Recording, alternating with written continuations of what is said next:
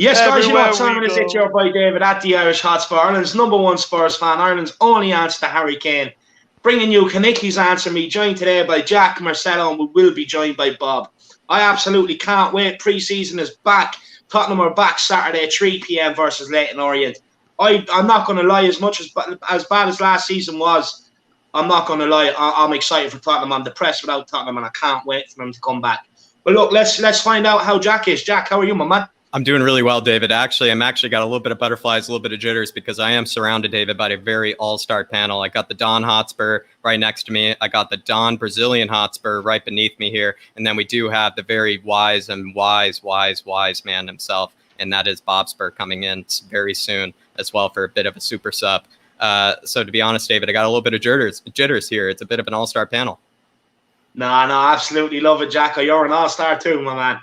But look, it's the long-awaited turn of my man, Spurs Brazil's #1 Spurs fan. It's been a while. He's been flat out working, watching the Copa America, but it's great to have him back. Marcelo, my man, how are you? Feeling good. Took my Tottenham vacation. You know, I told you, David, I gotta stay back a little bit. You know, get some time. You know, relax. But you know, I'm missing my Spurs. I cannot wait. Unfortunately, I will be working Saturday, but don't worry. I'll be watching through my phone. I'll find a way. I'll find somehow. I don't miss a game. Never do. But you know, man, I'm just excited for this season. Like I said, not hopeful, not too hopeful. But I'm gonna keep my standards a little bit down. But I'm excited. I'm excited to see Spurs again. No, absolutely love it. Absolutely love it. But look, Marcelo, you have no idea how many people in the comments and messages I get. You know, if you and Marcelo falling out, when's Marcelo back on? So, guys, here he is. He's back, boys. He's back. But look, let's take a few comments. Let's welcome a few of the Harris Army in. We already have 61 people watching, which is insane. You guys, you know, you must be eager for the return of Marcelo. Nigel Gates says, sadly, I called that we lost on penalties, but not for the reason I thought. Pickford did a great job. Harry did his job. 100% Nigel Gates. 100%, my man. And he says, valiant effort by England. If we make it to the World Cup final, I just hope Southgate adapts a more positive attitude. We have players to win. I couldn't agree more, Nigel. I literally couldn't agree more, my man. Dermot Moyes says, hi, guys. Hope you're all okay. Hard luck, England. Well done, Italy. Looking forward to the season. And Nuno bringing us glory. Hashtag Harris Army all the way. Absolutely love it, Dermot. You're here. Big up, my man, Dermot. I hope you're keeping well. We have Dinosaur Jack, my man. We went wrong. What went wrong for England in the second half? I need your analysis. Dinosaur. Give him a quick summary there, Jacko.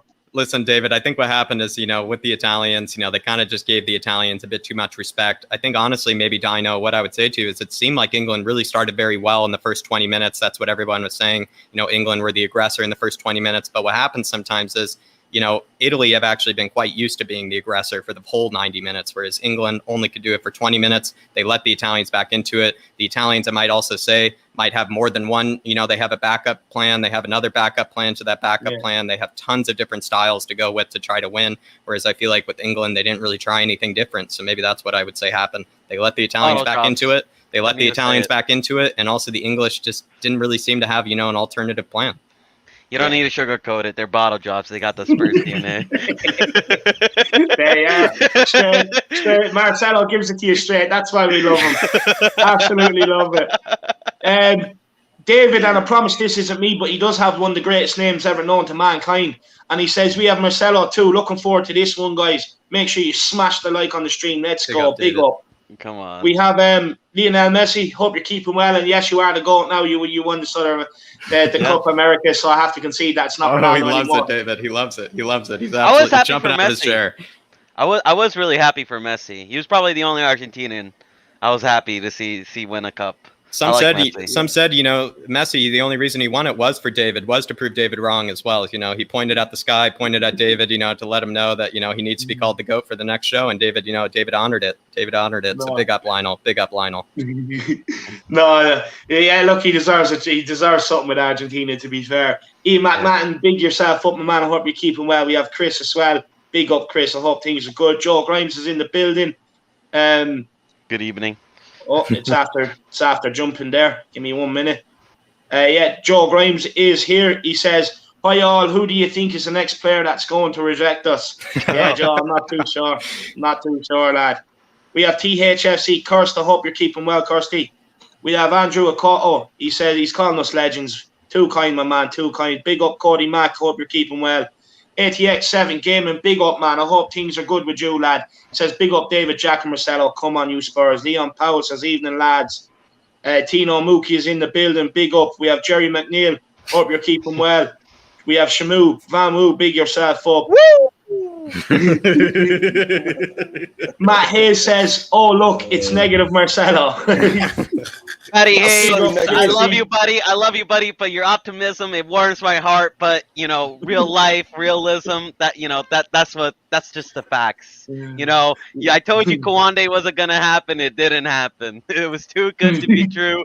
It whenever it's too good to be true, and it's Spurs, you always know the end of it. Come on now, let's learn our lessons. Love it.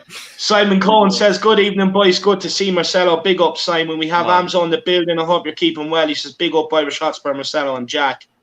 Yeah, Bobspur is here. Tommy G. No need to worry. Jordan Stevenson says, "Kunde rejecting Spurs is just so Spurs." Ed is in the building. I hope you're keeping well. We also have Jamie Git here. Big up, Jamie Git. I'm Hyper is in the building. Who was the youngster we're most excited for? We'll be getting into that. Don't worry, my man. Aaron Dove, Clegg, Paul Russell, Jason Groves. Big up, Jason. I hope you're keeping well. Andy Yeek Kid. Big up, everybody. Big up, everybody. Daniel. Everyone, make sure you have smashed a like on the stream. Subscribe on the channel if you're new. And you can help support the channel through a super chat or through a channel membership. But look, we're not going to waste any time, Jack. Let's go. Let's go with the questions, my man. Let's use this time wisely today. Yeah, absolutely, David. So what maybe might be a bit different this time is, maybe just for the fans, for the people who want to maybe respond to some of these questions. Obviously, some of these questions are a little bit longer, so you might have trouble maybe reading all of it. But I figured maybe for the fans, this is a way for you guys to respond as well to some of the questions I'm going to be asking the panel here. It's just going to be maybe helpful for everyone. But I am going to be going to David, the Don Hotspur first here. And David, with Spurs playing Leyton Orient this Saturday, according to Ali Gold, according to Football London, Nuno will actually be experimenting and beginning the preseason with a 4-2-3-1, supposedly according to them. And we might be starting the game with Hart, Doherty, Carter Vickers, Moon Boots, Region, Tanguy, Harvey White, which I think would be a good inclusion, Lamela, Dele Alli, Jack Clark, and then Lucas as well. And David, maybe my question here is there anything that Spurs fans should maybe take note from maybe looking at this predicted lineup this weekend? Is there anything that we might be able to read into the game for the friendly coming up this weekend? Or is it maybe sometimes a bit too early to read into things when watching a friendly like this weekend? Look, yeah, first of all, I want to give Killian Kenny a shout out, his usual shout out. I hope you're keeping well, Killian. Look, for me, I think it's a lot of these players that are being played is because some of our squad are coming late back from the Euros, like Højbjerg, Kane, and stuff like that. So you have Lo Celso coming back from the Copa America. You also have Davinson Sanchez. So you had a couple of players out there. So look, I do think that's why you're seeing some of the youngsters. But it is good to have a look at them. We need to see what they can do. Me and Marcelo were big fans of Danny Sorkin last season. And Harvey White. He had good games. I expect Harvey White to have a good time as well. Be interested to see what Troy Parrott can do. Look, with the 4-2-3-1 formation, it's clearly to give Dele Alli his chance, see what he can do, see whether he's up to sharpness, see whether he's fit. And look, it's up to the boy to take his chance tomorrow. I know it's only pre-season, but look, if Nuno Espirito Santo has given him that chance in the 4-2-3-1, he has to take it. He's been putting up pictures all over the summer with baby oiled arms on him to make himself look shiny and sweaty and working hard. So I just hope he has been working hard, and that's what I hope. And in terms of the 4-2-3-1, it's not really a surprise to me because last season Nuno did switch to a back four, so maybe that is something he's looking at going forward. Now, whether it was in the conditions with Daniel Levy when he took the job, he wants a four at the back instead of five at the back. Who knows? But look, it's good. Tottenham are back against Leyton Orient Saturday. As much as we've had our problems with the club, I for one can't wait. You know, I've been depressed a bit without Tottenham. I've had to watch England go to a European final. You know, Brazil going to a Copa America final, and I'm sitting here as an Irishman with nothing. You know what I mean? So I can't wait for Tottenham to come back. I really can't. And in terms of the youngsters, TJ Ayoma, be interesting to see what he can bring. Dane Scarlett, be interesting to see whether he can hit the ground running or not. Put his name in to be kept in and around the first team. So yeah, and it'd be interesting to see if Ronald McDombele is fit and ready to go. Yeah, absolutely. I completely agree, David. Maybe, David, what I might just follow up with quickly, you know, with some of these players, you said Dele Alli might actually have something to prove maybe for this kind of friendlies, but maybe just so maybe we can have something to look for, maybe should we be focusing on some of these younger players that might be starting in this game? Maybe they'll actually be trying to prove something to Nuno. Maybe what should we be looking out for maybe this weekend is what I'll quickly ask. Yeah, look, to be honest with you, any youngster with the right mentality wouldn't view this as a preseason game. Yeah. They view it as their opportunity to be able to make a mark, put themselves in the eyes of Nuno, you know, and hopefully grab a place in that team. The likes of Skip, Session, look, they're going to be kept around. I really hope they are. I do think they will be. I don't think there's any fear in going out alone. So that would be nice. We have Session as an option. We can play him left back, left wing back, or, you know, bring him on for Sonny or something like that if Sonny's tiring. You have Skip, who's going to put his name forward for a centre midfield position. That guy has the mentality. You know, Pochettino showed trust in him. Mourinho showed a bit of trust in him. Then he was loaned out to Norwich to develop his game. We all know the season he had at Norwich. So, look, it'd be very interesting to see what he can bring to this Tottenham team. But one thing, the reason why I do like some of these youngsters in and around especially is because I'm hoping they bring the hunger, the desire, which means, you know, some of these senior players, you know, hopefully they're holding on to their jersey, you know, with their life. That's what I'm hoping. And that's what I'm hoping these players can bring is give these some of these senior players a bit of a kick up the arse now. Show, look, you know, I'm a year older, I'm a year stronger, I've developed a bit more, I can handle myself in the senior game, and I'm coming for your jersey. Because every squad needs that competition. You know, like at Tottenham, we know more or less the 11 picks itself, and then you look at the bench, you're not inspired. The players come off the bench, they don't really do anything, you know. And so this is where you can bring the youngsters and utilise the youngsters and make, like I said, make some of these senior players cling on to the jersey with their life. So, yeah, it's interesting times to see what way Nuno goes, because I know he does like to give you a chance too.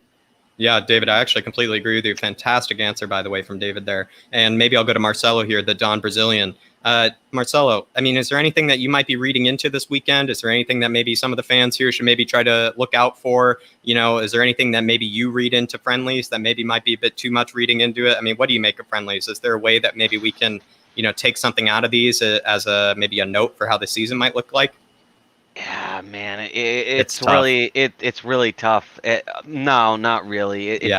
This is where managers, you know, start experimenting. If you remember when Jose started out preseason, that was a completely different team. You know, all of a sudden we start seeing Taganga right back. We start seeing, you know, Sonny play more mid. Yeah, you know, managers they're still filling out the team. I think the most impressive. I think the thing we're gonna get the most is the play style. We're definitely going to get an understanding of the play style that Nuno likes. Does he like, you know, high pressing? Does he like, you know, is he going to revert more to pragmatic, or is he going to, you know, go for the jugular? You know, I think we're going to figure out what Nuno's style is like, but I'm not reading much into this, especially the academy player. I mean, Jose Pochettino, they used to play the academy players all the time during preseason. Is not really that special. Even some of them that had a good performance, like I thought Sirkin had a pretty good preseason performance. I remember, I think, what was it, the season before Poch got sacked, I thought, you know, Taganga had a pretty good preseason. Yeah. It doesn't really tell anything. I think managers, they just work this out just to kind of get a tactics, play style, everything like that down. That's what we're going to figure it out. Tactics, maybe quickly, and play style. Another follow-up question like I gave David there, but maybe a different one for you, Marcelo. Do you see it being similar to a Hibernian weekend? Oh, God, no. I hope not. No. You don't think so? I think we'll win. Yeah, okay. I hope so as well. Just quickly, on that. I love taking a dig at Arsenal, and I'm so happy that they're back. You know, Runnerson, he doesn't know whether he wants to play rugby or football. He doesn't know whether to collect the ball or kick it. He does neither. You know, and it's well and truly good to see that Arsenal are back. Imagine they dumped Martinez for this guy. absolute brilliant. Arsenal are back, and I cannot wait to see them be a laughing stock again. That's for sure. Did you see Willie on? That man looked like he was fucking pregnant, man. Jesus, you know. No, there's no. It doesn't look. It's no joke as well. He literally looked like he was expecting. It did do, Marcelo. My man, he probably signed a new contract, gained a few euros, and gained a few pounds, man. He's living that Brazilian lifestyle. Yeah, bro, him and Ndombele, it must have been in some eating competition, and guess what? William won. William won, bro. That's it. Marcelo, what I will tell you though, he might have taken a vacation, you know, maybe back to Sao Paulo or whatever it was, because what I will tell you, Marcelo, I forget what it was, but I had this Brazilian kind of like meat pastry recently. Yeah, and Marcelo, just incredible. So, but I will say, I did notice that the flabs were already coming a little bit more after the moment I ate it. And I will say, maybe William just had a few too many of those, because those are absolutely delicious. Those are delicious. Too much picanha, too much beer, man. This man enjoying Brazil too much. Marcelo, what's happened? He wants to protect Saka, and he thought the only way of doing it is by eating him. So that's what he's done. That's what he's done. That's why he looked a bit more left-footed. That's why he looked a bit more left-footed the other day. Yeah, absolutely. Dermot Moyles, Dermot. By the way, Dermot, you're an absolute legend on this channel. We really do appreciate all the contributions you make, and believe me, Dermot, you're really, we absolutely will try to get your comments up as much as you can. You're really way too generous to David and I, and it's good to have you. It's good to have you in the chat today. But Dermot here with a super chat, very generous one as well, David. And he says, is this the last chance for Dele? Maybe using the young players. Hope he makes Højbjerg captain. We have to trust Nuno because he did a good job at Wolves. If we get top 4 and a cup win to that, great season. Yeah, I mean, Dermot, I absolutely agree with you. I really do think that with Nuno, to be honest, he even seems like a bit of a cup manager. And to be honest, maybe that's what I might expect, is Nuno might actually get a sneaky cup maybe this season. That would probably be my biggest, maybe optimistic kind of take, I would say, about the upcoming season, as Nuno, from that show that David and I did on, you know, what to know about Nuno. I did kind of highlight that he actually has had some bit of Spurs, maybe kind of Spursy moments in cups. But at the same time, he's taken a majority of the teams that he's played with to semifinals, finals. He's actually a very good cup manager. So I'm actually a bit excited for maybe some of the cups that we have lined up for it, especially the very infamous and prestigious and honorable Europa Conference League as well. Really looking forward to how he handles that. Listen, I don't care. I'll take that. Marcelo, it's a prestigious competition, Marcelo. It's a prestigious competition. A keychain at this point. Honestly, I do not care where we finish. I don't care. Like, Spurs fans already going on, oh, we need to get top 4. We need to get top 4. Forget about top 4. If this guy wins me an FA Cup and gives me that moment where David and I can share and see our players win a trophy, he can stay for Spurs as long as he wants. Yeah. I don't care. I want a trophy. We need a trophy. Forget fucking top 4. I will die for an FA Cup. I will die for a Carabao Cup. I will die for a Conference League. No, I fully agree. Look, it's all about trophies. That's what football is all about, not participating. Just quickly before we let Bob in, Dermot, I'm just going to quick and sweet, man. Look, with Dele Alli, I'm giving him till January. If he doesn't perform, he can fuck off out my club. And with Nuno, we all have to back him. In Nuno, we trust. And we also have a new channel member here, Ian McMahon, as well. Big yourself up, Ian. Everybody, big up Ian and big up Dermot for the support. Really do appreciate it. Thank you so much. But look, Jack, let's get Bob in. Yeah, absolutely. Yeah, and I'll just quickly say, everybody big up Dermot. Everybody big up Ian McMahon, the new member of the Harris Army as well. But everybody big up Dermot, absolute channel legend. But Bob, this upcoming weekend, who would have thought we actually have a game for Spurs? It's again Leyton Orient, you know, our little neighbors down the road, and as well, Bob. You know, supposedly we're going to be lining up in a 4-2-3-1, a bit of a conventional shape. There are going to be some young players that will be kind of taking the field, as well as Dele Alli, the Tarantula. Is there anything that maybe you might be looking forward to this weekend? Anything that you might be kind of taking out of the game? Or is it kind of just friendlies? You kind of just sit back, relax, watch Spurs again? How do you feel about, you know, the weekend? Is there anything you take away from friendlies usually? First of all, just a big shout out to Danny Kiriakou. He's been swatting off for God knows how long and he's finally passed. Big up, Danny. It's all paid off. Big up, Danny. Big up, Danny. And secondly, do you think that Hibs game against Arsenal was the first episode of All or Nothing? I hope so. That'd be a good start, man. All you're going to see is Willian in the canteen with the rest of the squad round him while he's chomping down hot dogs, trying to get 50 Here's down what I'll 2 say. minutes or something like that. I'll say to you enough, quickly, Willian. Bob. I'll say to you quickly, Bob. I know that. Remember Sunderland Till I Die. They even included whatever 8-0, whatever it was, like the Celtic. The Celtic. They included that in their preseason. You know, they included that in all of it. If they were willing to include that, like to be honest, I would have edited that out. But the fact that they were willing to include that just shows that Arsenal, if they want it to be entertaining, if they want it to be the best blockbuster of all of them, you know, they're going to have to include some of that. Yeah. This is mid-season Arsenal, man. That's scary, bro. That's scary for them. But with regards to the friendly, I kind of agree with David and Marcelo. I think David's right. I think if you're a young player, you need to start off at the front foot. Jose Mourinho, who can't let go of Spurs for some reason, has come out in the press and bigged up Dane Scarlett again and said he's the best thing since sliced bread. So there's a pressure. He needs to live up to that pressure. But Dave's right. If you're young and you want to make an instant impression, why not? Just go ahead with it and make that impression against Leyton Orient. But I agree with Marcelo as well. You're not going to find out much, really, playing against Leyton Orient. Because let's be honest, they're very unlikely to play the full squad, or they might do. But in a friendly, at the first friendly, Marcelo's right. Nuno's just basically looking at a few of the players. Alfie Devine wasn't mentioned. I think he's got a big part to play. Harvey White was very prominent in the training video, so I think he's got a big part to play. But yeah, it's kind of a both of you. If you're a youngster, you want to make Nuno sit up and take notice of you. But at the same time, I don't think Nuno's going to think, right, he's played really well. He's definitely in the first team plan. So I kind of agree with Marcelo as well in that. But yeah, if you're a youngster, you got to be hungry. You got to be out there and say, look, fuck Ali. I'll show you what a central midfielder is supposed to do. He doesn't mean literally either. No, I don't mean literally. No. Although no, Ali, 100%. My thing with Dele Alli, right, is we're not gonna let him go. Like like for some reason he's Daniel Levy long lost son. I'm convinced. That's the only way. That's the only way. No, he must be like Dele Alli must be Daniel Levy's long lost son somehow. You know, because I don't know what player can be like that guy and still be at the club. You name me another player like that. That's still at a club, you know. That's literally thrown 2 managers. Well, no, that's you know. This is Tottenham, David. You know, name me another player from another club that's like that. You can't. You know what I mean? Like, for me now, it's not like this is Dele Alli's last season or this is Dele Alli's last chance. He's already had his last chance. For me, he's gonna stay. Just be fucking useful, at least. Just be fucking useful. Just it's up to him, though, isn't it, Marcelo? It's up to him, isn't it, mate? It's up to him.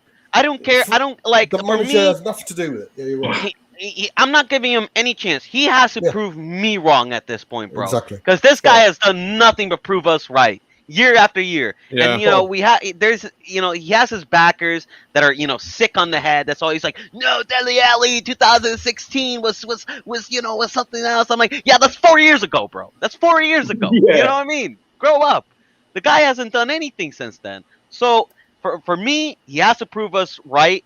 I mean, he has to prove us wrong. He has to prove us wrong. Yep. Because as of right now, we are the one that's right. We've been proven right for the past 3 seasons, Marcel. Yeah, absolutely. I think we've got the whole element of because we've seen Ali, or a lot of Spurs players have seen Ali at his peak, be it 3 years ago. It's too late for me. But because some Spurs players have seen him at his peak, they're finding it hard to let go in hope. But hope doesn't last 2.5 years, mate. No, it doesn't. Bro. But you're right. He's not top of the list. He's not in the top 6 people who will be going out the door. So it's up to him. He's got his chance now. He's got till Jan, like Dave says, to go and prove everyone wrong, and show what he's made of. It's down to him. Yeah, 100%. And just quickly, Sale Parviz. Look, Kunde's not coming to Tottenham, lad. He's not. No. He doesn't want to come to Tottenham. And it's that simple. And to be honest with you, if he doesn't want to come, I don't want him. I don't want him to come just for the money. So look, Jack, let's get on with the next question, my man.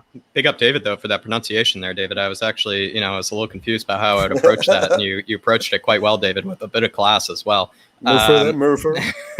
And then I'm going to go to David, here with the first question, if that's all right with you, David.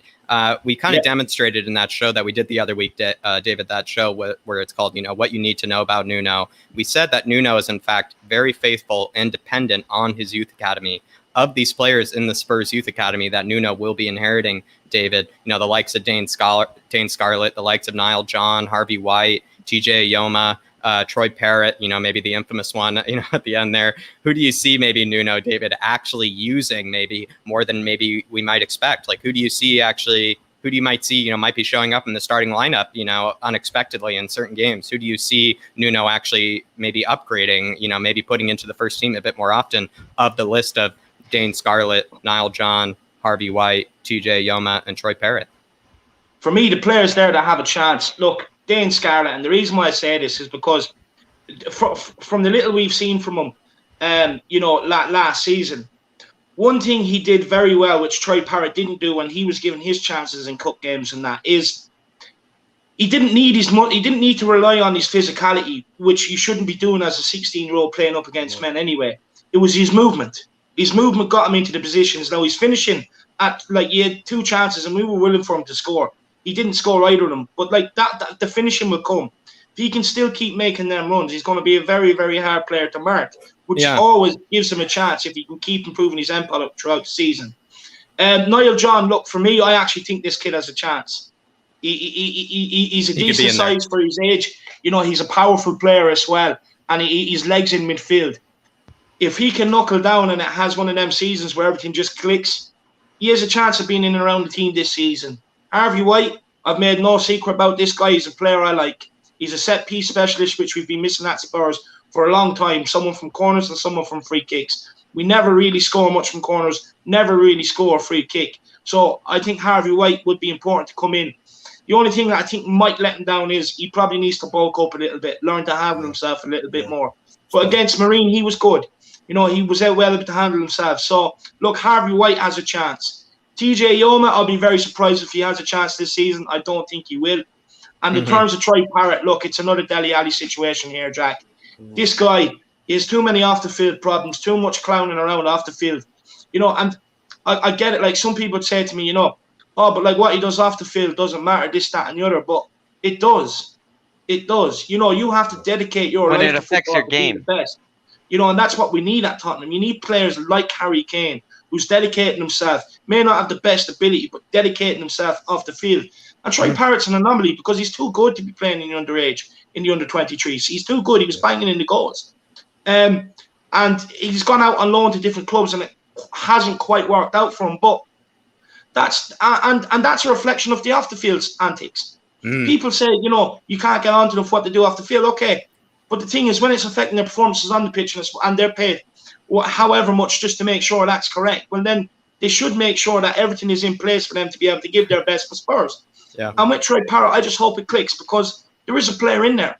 There is a player in there. I've seen him play a couple of times for Ireland. He makes great runs. Now, there's one game he played there over the summer, and it looked like something switched in him. We were losing. Things weren't going his way. Next thing, he just picked up the ball, ran at 3-4 defenders, put one in. And then the second ball came in, back post, got up above his man and bullet header. Now, I'm hoping that maybe that he had that mentality change right there and then. But it's hard to know. For me, I do think he needs to just concentrate on the pitch, concentrate on improving, and give up the off-the-field antics. David, maybe quickly, would you keep Troy Parrott maybe within the ranks, or would you maybe send him out on loan again? And then maybe if you were to send him out on loan, where would you send him, David, maybe in particular? I truly believe that depends on if we get in a second striker or not. I truly believe that's what that depends on. If we don't get in a second striker, look, Troy Parrott could be kept. I know. Nuno was forced to use that young guy they bought from Porto that time, Fabian Silva, whatever his name is. Yeah. But he used him. He stuck with him. He could have easily said, no, I'm sticking a Damatriori up front or something. He didn't. Yeah. So Troy Parrott, if he shows himself in the training ground, he will get chances. But look, it's up to him. Maybe quickly again, David, just because, this is the Irish Hotspur, this is maybe the only time that Troy Parrott has gotten this much attention in maybe a while, David. I'll just ask you again, another follow-up. Do you think maybe this is Troy Parrott's maybe one of his last chances maybe to maybe win something over with the manager, maybe to actually win the manager's favor? Because Nuno is a bit of he likes the youth, he likes to use them.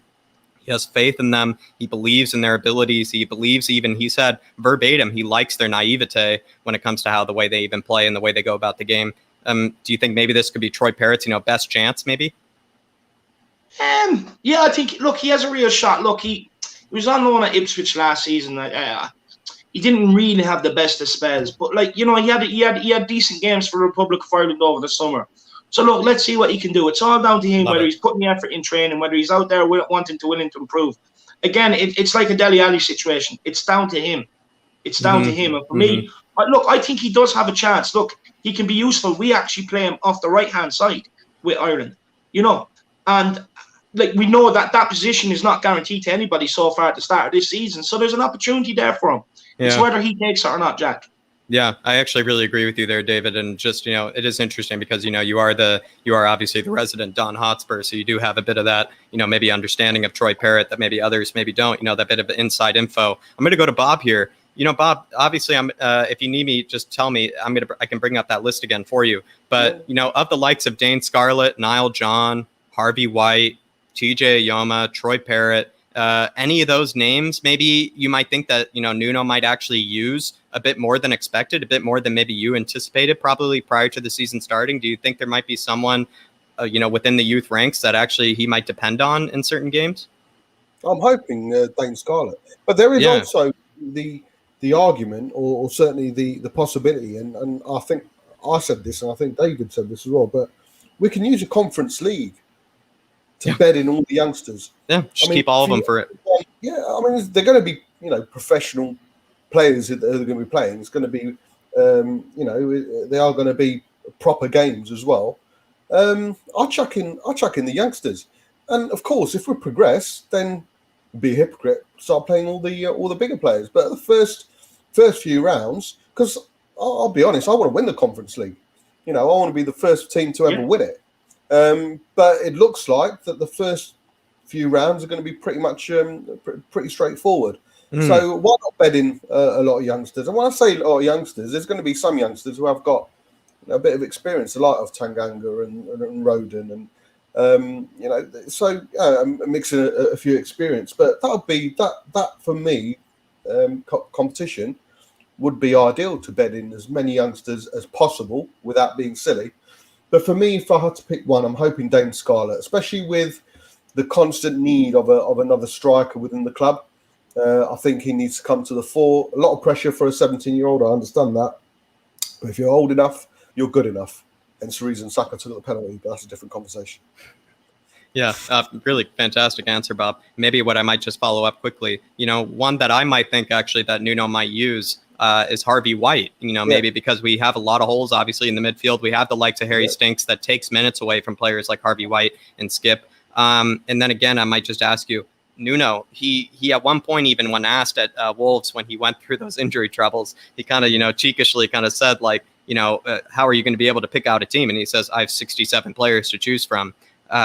And that was just an emphasis of how much he actually believes in the youth. Is there maybe anyone else apart from Dane Scarlett that maybe you might see him, unexpectedly maybe using more than often?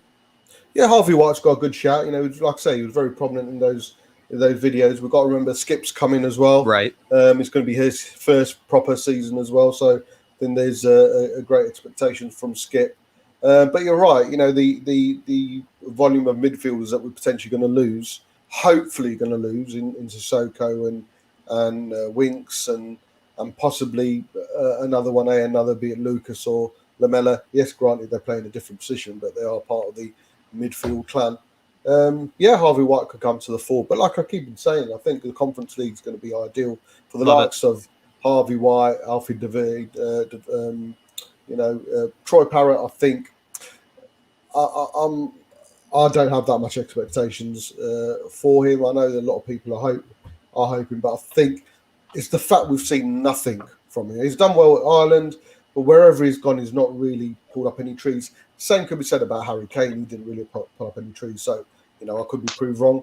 But right now, there's unfortunately nothing been there for me to think he's going to be absolutely great. I hope I'm proved totally wrong because obviously he's a Spurs youngster and I want him to do well. Yeah, a really good answer, Bob. Really good answer. Marcelo, there are a lot of players that maybe were listed there in terms of, some of the players that Nuno might use from, of the likes of maybe any of them that pop out to you. Dane Scarlett, Niall John, Harvey White, TJ Ayoma, and Troy Parrott. Who do you see maybe Nuno maybe getting through to? Who do you see maybe Nuno maybe using a bit more than you might have expected, being used, prior to Nuno's appointment? Who do you see Nuno maybe having faith in of these youth players? I'll say it here, I'll say it now. Dang Mbappe, baby. Dang Mbappe. I'm taking it from David. That kid is going to be a star, and he's going to rock it in the Conference League. I'm telling you, bro. Nuno is going to use Dane Mbappe, and he's going to expose all of those European frauds, man. He is going to go through them, bro. He's going to make Copenhagen look like, bacon, bro. You know what I mean? He's going to fry them up, bro. And then there's Harvey, Dynamite Kid White, bro. And when he gets the ball, he doesn't fail to excite. I'm telling you, bro. That kid is good on the ball. He is ready. He is way better than Winks. He's already better than Winks on the ball. Let's talk about you talk about physicality, but David, no offense, but when he played Marine, he wasn't getting bullied by men that was like 30 years old. Yeah. He was bullying them, bro. If that was Harry Stinks, you bet your ass Harry Stinks would have fell on the floor. He would have asked for a foul. We wouldn't have gotten it, and it would have been a counter attack, and we would have been screwed. You know what I mean? Yeah. Get Dane Mbappe. Get Harvey, Dynamite Kid White. Harvey Silk. Get him. Yeah, get Harvey Silk in there, bro. Get these kids playing in the Conference League. And you know what? If they impress in the Conference League, then maybe one of them bring in the first team. I personally think Dane Scarlett, he's already to be around the first team. I know he's 17. But the thing is, and no offense to Troy Parrott, he can still turn things around. He's only 19 years old. Fair play. Or 20 years old. He can still turn things around. There is a player in there. He hasn't impressed me, right? But the thing is, with Dane Scarlett, that there's a difference between him and Troy Parrott. And it's that Dane Scarlett, he looks for the ball, bro. That's the difference you were looking at, David. He looks for the ball. Love it. Troy Parrott, he stands too stationary. He doesn't look for the ball. He wants the ball at his feet. And every great footballer, what do, David? They look for the ball. Harry Kane, looking for the ball. Sonny, looking for that run, looking for the ball. That's what great players do. You remember Dembele, how he used to just run through people, looking for the ball, trying to, skin players, trying to get the ball forward. That's what great players do. And you see that in Dane Mbappe. And you know what? You just got to give him some minutes. He'll get the finishing down. He just needs some minutes. With the the big boys, the big players. But I'm telling you, bro, that kid, he is the next star at Spurs. Honestly, just give him 3 years. He will be our next Harry Kane. He will be our next Harry Kane. What do you guys think on Whiteman? Because he was in that training video as well. Do you think there's much thing for him? He's just a squad filler, Bob, to be honest with you. He's just a squad filler. I'd certainly have him over Joe Hart. And also, we forgot about another name. We forgot about another name that hasn't popped up. Alfie Devine. That kid is another baller. Yeah. I'm telling you, he's another baller. He's going to get up there in the rankings, man. I'm telling you, Alfie Devine is another player that shows a lot of promise. I wouldn't mind seeing him in the Conference League. Yeah. The one agree. Youngster I'm kind of done with. It would be Jack Clark. I don't know why we signed a guy. I don't know. He doesn't show any promise. Yeah. He's not a good player. I agree. Physically, he's not up to it. Good point. Not also, physically and not even skill wise. I'm sorry. He's lightweight. Clark, just always Clark. Weak. That's a good point. I'll just take a few comments here, lads, quickly. Shamu says third kit equals sick, away kit equals disgusting, home kit. Not sure what that emoji is. But look, just quickly, I was saying to the boys quickly beforehand, if a few of us put the away kit on, we can all look like a pack of marbles together. And then, put the away jersey, put the third jersey on me, and I'll look like Barney the dinosaur, so I will. You know what I mean? So you're going to have, the beautiful, slick home one. Then you're going to look like a marble, and then you're going to look like Barney the dinosaur. And it's probably like punishing us for not finishing in a better position in Europe. But big up, Shamu. Aidan Doherty says, I have a question. Do you think that we actually going to sign anyone or let anyone go? Yeah, I do think we will, man. I do.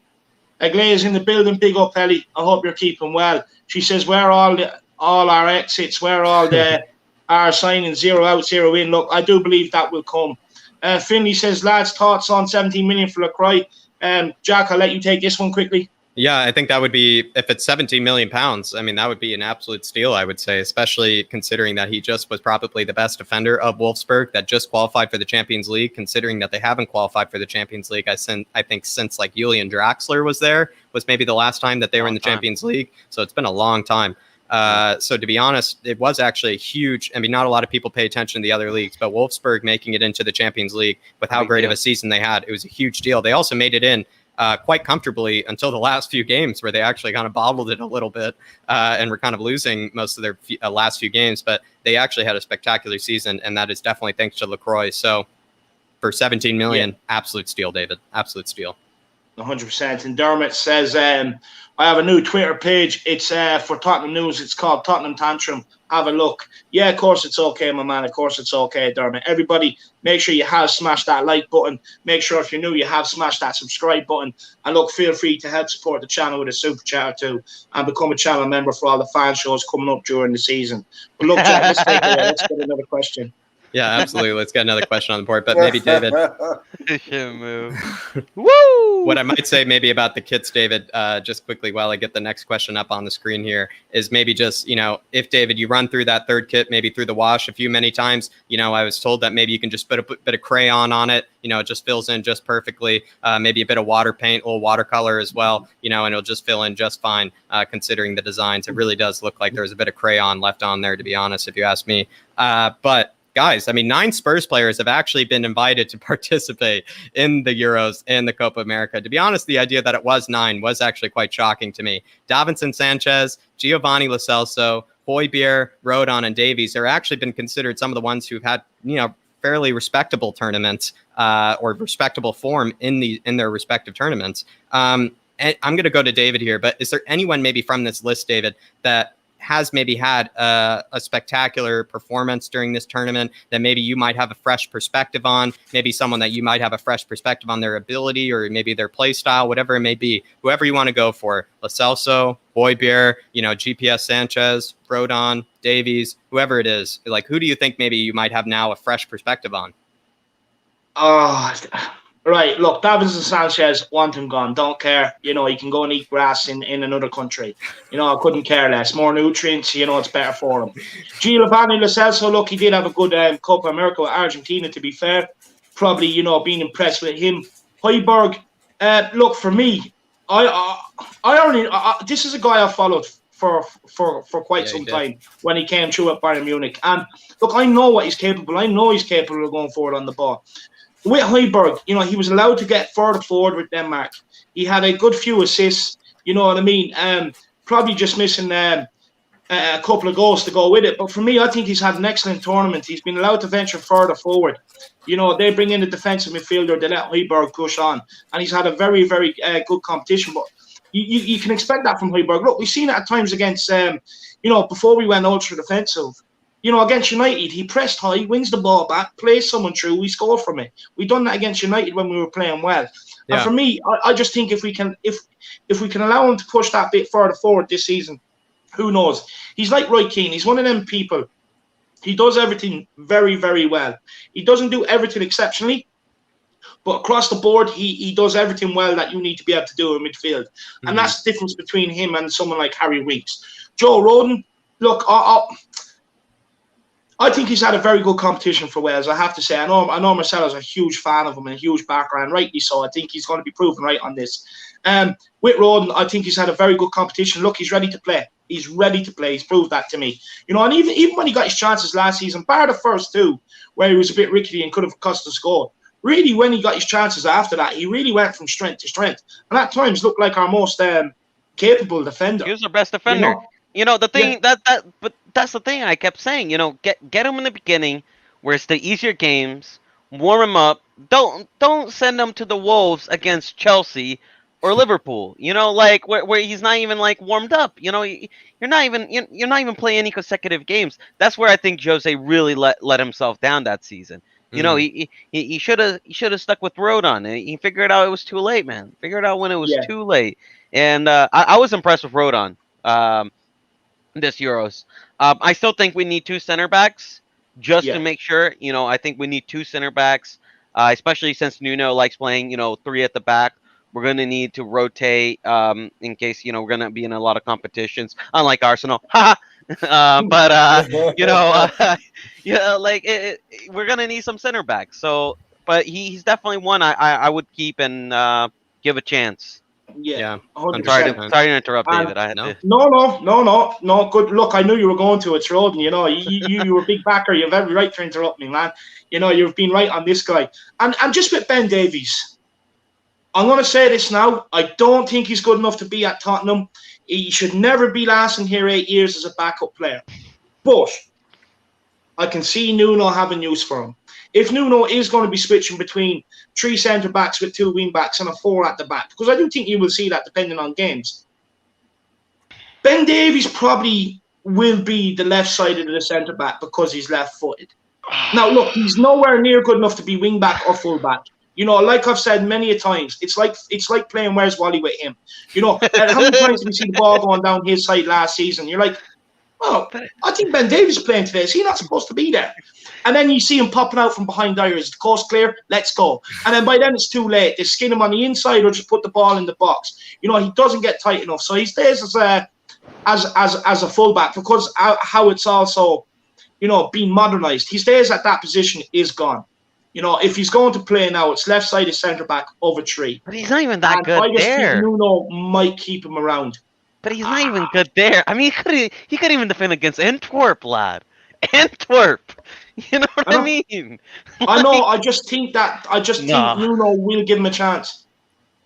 Yeah. I think you're right. I think Davies is going to say. I don't know what is it with Davies, but apparently every person in Tottenham rates him except for Tottenham fans. You know, honestly, it's seemingly so, Marcelo. Let me get to actually Dermot with another super chat here. Very, very generous, Dermot. Everyone else, help out Dermot here. If you're feeling generous enough, if you're feeling able enough, please help out Dermot here. He's been an absolute legend to this channel. You know, he shouldn't be carrying it like this as it is. He's such a legend to us, but Dermot, really so generous. Thank you so much. And he says, Man United did it with the kids in the late 90s. Maybe it's time for Spurs to follow the same way, have players who are proud to play for the club. Come on, you Spurs. Bit of a fresh perspective there. Maybe I'll have David maybe answer this a bit because I think this is a good comment by Dermot. David, maybe this is something we might have learned from the Euros. This is something maybe from just watching other teams. We've been seeing teams where they have a bit more of like, you know, that umph. They have a bit more of that passion, that bit more of that vigor in them. Is that maybe something that just sometimes comes with the youth? And maybe that's why we should play a bit more youth, David? What do you make of Dermot's comment? Look, with the youth for United, look, they were going around for years, you know, poaching all the best players in and around Manchester and around up north and everything else to be able to put that team together. That team won multiple FA Youth Cups, you know, and it was Sir Alex Ferguson was down watching them and more than, like, you know, more or less every game. And he slowly phased them in. It started with Giggs, then Paul Scholes, then the Neville brothers, Beckham, players like that. And for me, yeah, look, it's definitely a route Tottenham can go down, but if you're going to go down that route, you have to be able to back your manager. You have to be able to stick through it when things aren't going well. Do they do that in modern football? No, they don't. You're gone out the door. So it's hard to ask a manager to go down that route unless he knows he kind of has full backing of the board, especially nowadays. But look, if I've always said this, if they're young enough, if they're good enough, it doesn't matter about the age. If they're good enough, you play them. That's it. You know, but look, for years we supposedly had this great academy, right? Yeah, look, we have all the infrastructure there. We're not really producing the players out of it. We're not. Let's be honest about it. Yeah. And for me, we need to be better at that. If we have the state-of-the-art academy and stuff like that, go and start getting some of the best youngsters around the world. Get them in, get them training, get them as one cohesive team. But then right throughout the underage system, get them playing the way the first team is going to play so that when they do make that transition, they already know what they have to do. It's just about going out there, being free and playing. So for me, I would like to see that. Look, I'd love to go down that route, but do I think we currently have the crop of youngsters? I don't. I'll be honest with you.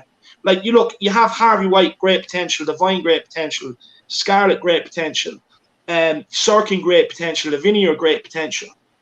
But realistically, one or two of them will probably play for Tottenham, break into the Tottenham team and play for Tottenham.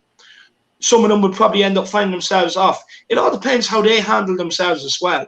whether the money gets to them, too much money, whether Mm-hmm. you know the fame gets to them or whatever else. It's about if they stay grounded as well. Look, they all have potential to get into the team, especially with the way it is now. You know, especially they have a chance to get on the bench and be able to be brought on and make an impact. But it's up to them. And look, we'll wait and see. We'll wait and see. But I'd love to go down that route. Really, and then we great have one answer more there. Yeah, we have one more there from Mari at that Spurs episode. Sorry, mine's like lagging a little bit there, David. Yeah, so is mine. But Mari from that Spurs episode, big up Mari. Good to see you. And it's also good to see you in the chat as well. Very generous to us. And he says, Højbjerg was amazing. Rodon is I think he means dark horse in the making. Lo Celso needs to stay healthy. Everyone else can go, along with Harry Winks a lot. Love the show. Yeah, maybe Harry Winks a lot. That's maybe a new... maybe a bit of a new banter towards maybe Harry Stinksy, David. You know, maybe he's just giving a few too many winks at. No, he's always like Harry Winks. He's always Harry Winks to me. He's a wanker. But Mari from that Spurs episode, I really completely agree, and I do think Rodon is absolutely a dark horse in the making. What do you make, David? Yeah, quickly. I think Rodon actually has the mentality of a Højbjerg. I really do, and that's what's going to make him succeed. Yeah. You know, and if we can have that mentality where he celebrates a tackle and everything else, like Højbjerg. 2 players in the team doing that, what more do you want? It can only mean good things for players coming into the club, youngsters stepping into the dressing room. This is how you toe the line. You don't do it, sod you. Absolutely. So that'd be brilliant. And with Harry Winks, everyone knows my opinion on him, and I just hope he sat there looking at the Euros this summer, realising, look, I could have had my face, my new hairdo plastered all over, you know, papers and everything else. And I've been shit, so I've missed out. Will it ever click with Winks? It's never going to click with Winks. Trust me. No matter how many managers come in and how many chances they try to give him a try, he doesn't do enough in midfield. He doesn't do enough things that you need to do in midfield well. And that's the simple fact of the matter. But big up Maori, big up Dermot for the super chats. Really do appreciate it. Everybody, make sure you have smashed that like. Keep getting the super chats in with your thoughts and opinions. The chat is flying. I will keep bringing up your comments as always. I know people aren't in a position to do it. I know the world is a big, bad place. So look, you know, keep getting the super chats if you can. Get your questions and everything else in. It's a great way to support the channel. Big yourselves up, guys. But look, let's get cracking. Who's next, Bob or Marcelo? I think Marcelo seemed to really take interest in this question, and maybe I'll just, Marcelo, you can answer it however you want. Which player maybe you have a fresh perspective on, considering their tournaments in Copa America or Euros, Marcelo. But Lo Celso had, according to plenty of people, he had a great Copa America. He had a great Copa Obviously, America. you were maybe paying attention to maybe another team in particular, but you obviously maybe were able to see a bit more of them than others. Is there anybody from that list? Højbjerg, Lo Celso, Sanchez, Rodon, maybe Mr. Anonymous as well, that maybe you have a bit more of a fresh perspective on, considering their last tournament? Look, there was 2 players that confirmed my belief. One, that Rodon is a player with real prospect and real ability, and that if you give him a chance, he can be something. And that 2, Højbjerg is the best midfielder. Baller. I said it, everybody here in this chat. You remember it, David. Everybody was saying, he's just, hard and passion. He's just hard and passion. He's not a baller. He is a baller. He's a fantastic baller with also fitness. He can play ball, and he can play it for, minutes, bro. I mean, this guy does not get tired. I'm telling you, Højbjerg is our best midfielder. I called it. I said it. And that's why he made the Euros team of the year, I guess, or whatever they call it. Yeah. So, Marcelo proved right again. David proved right again. But, apparently we're the one that don't know football. We're the one that's just about heart and passion. We don't know anything about, skills, talent, and all that stuff. But, yet again, proven right, it is what it is. I'm just used to it at this point. But I will say this. I was proved wrong by Giovanni Lo Celso. And his name is Lo Celso again. Lo Celso, Brady. Lo Celso. Because he got that sauce. You know what I mean? Lo sauce. Man, because, the guy, he's a baller, man. I was really happy with him in the Copa. I wasn't happy that he was winning with Argentina. Don't get me wrong. I was sad that he was winning with Argentina, and I was sad that he reached the final with Argentina. But as a Spurs fan, I was very happy with his performances. If he can get fit, if he can stay fit, I think we have a real good footballer in him. But this comes with a big but. If he gets injured this season and he's out for most of the season, I think that's him out the door. Because I said the same thing about Lamela. You know, he's a good footballer when he's playing. He gives it his all. He has some good trait, but his injury problems. You know, if you, it doesn't matter if you have a Corvette, if it doesn't have an engine, what good that, you know, it's no good. You know, you just have it in the garage. So Yeah. if he has to stay fit this season, he has to play this season.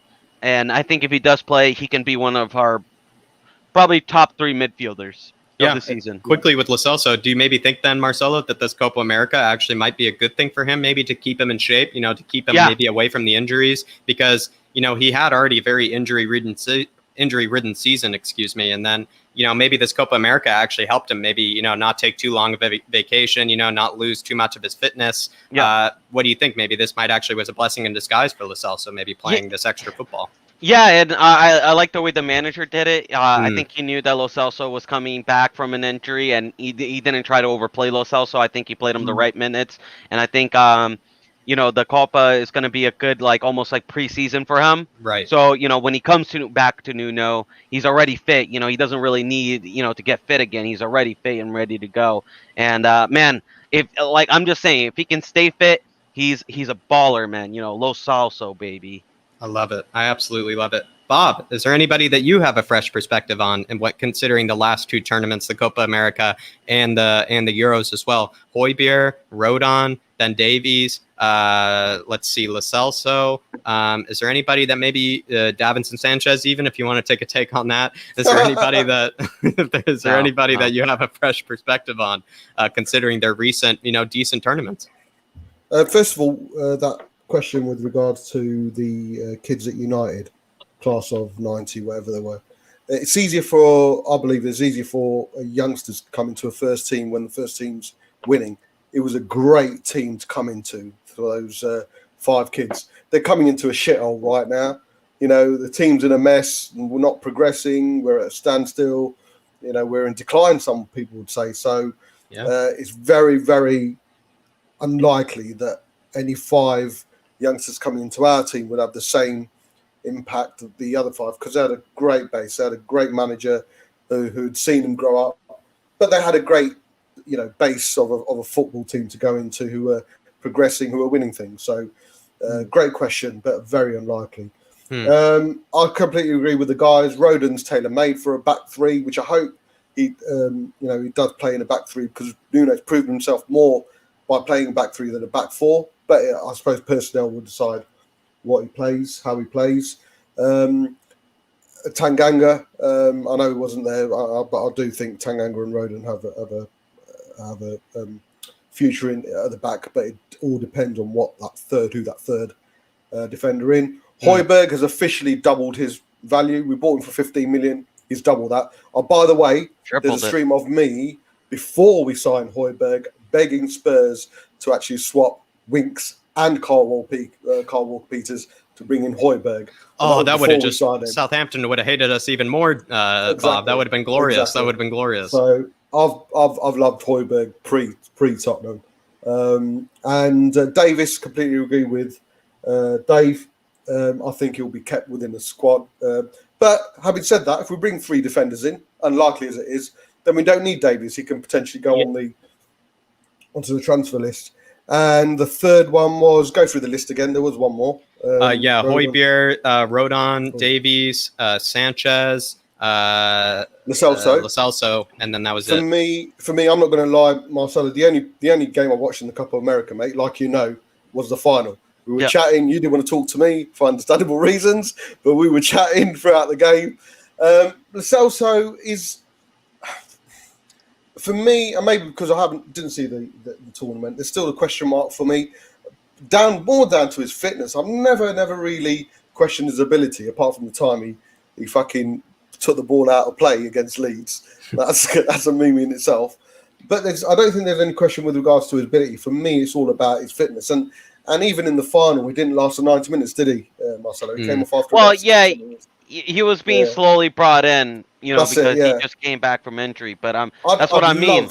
I'd love to have a full pelted Lo Celso who's going to last 90 minutes, because that's what we need.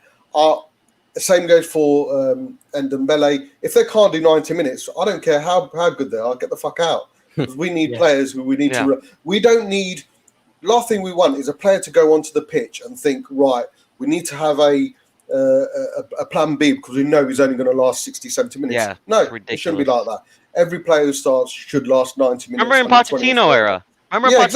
Where like, you know, a player like you expected him to play the full 90 100%. minutes, and you 100%. know, unless you know he's been playing too many games, Exactly. you're like, okay, maybe he needs Be a rest. sensible about it. Yeah. But like, And that- you know, this is the beginning of the season. There should be Yeah. nobody, right, that needs to be subbed out. You know, but 100%. we were seeing this in the beginning of the season with Ndombele and Lo Celso. You know, like these guys need to start playing the 90 fucking minutes, man. Yeah. So Lo Celso, yeah, big up on talent. For me, it's still the question mark over his stamina and last abilities. But I hope that changes because a great on form Lo Celso is like Marcelo said, it's a baller and it could be a great asset to the team. Yeah, really agree there. Yeah, David. Yeah, Sorry. just to touch on this. Look, I've seen too many times at Tottenham. Look, we always sign players with great potential and they have ability, right? And sometimes, you know, you see them go away with their national teams, have good competitions. But sometimes we have to accept as fans that sometimes they just don't work out. And this is where we need to find the line at Tottenham because like that, we've given Lamela, Davies, players like that, Harry Winks, you know, way too long, keep making excuses. Manager turnover, oh, look, let's see what they can do. You know what I mean? And then you get slapped with the same fucking shit again. So for me, look, we have to adapt a more ruthless culture at Tottenham. Football is one that is ruthless sport. You know what I mean? You're not good enough, you're gone. That's it. And for me, we need to start adapting that culture. It's all well and good wanting to love your players. I get it.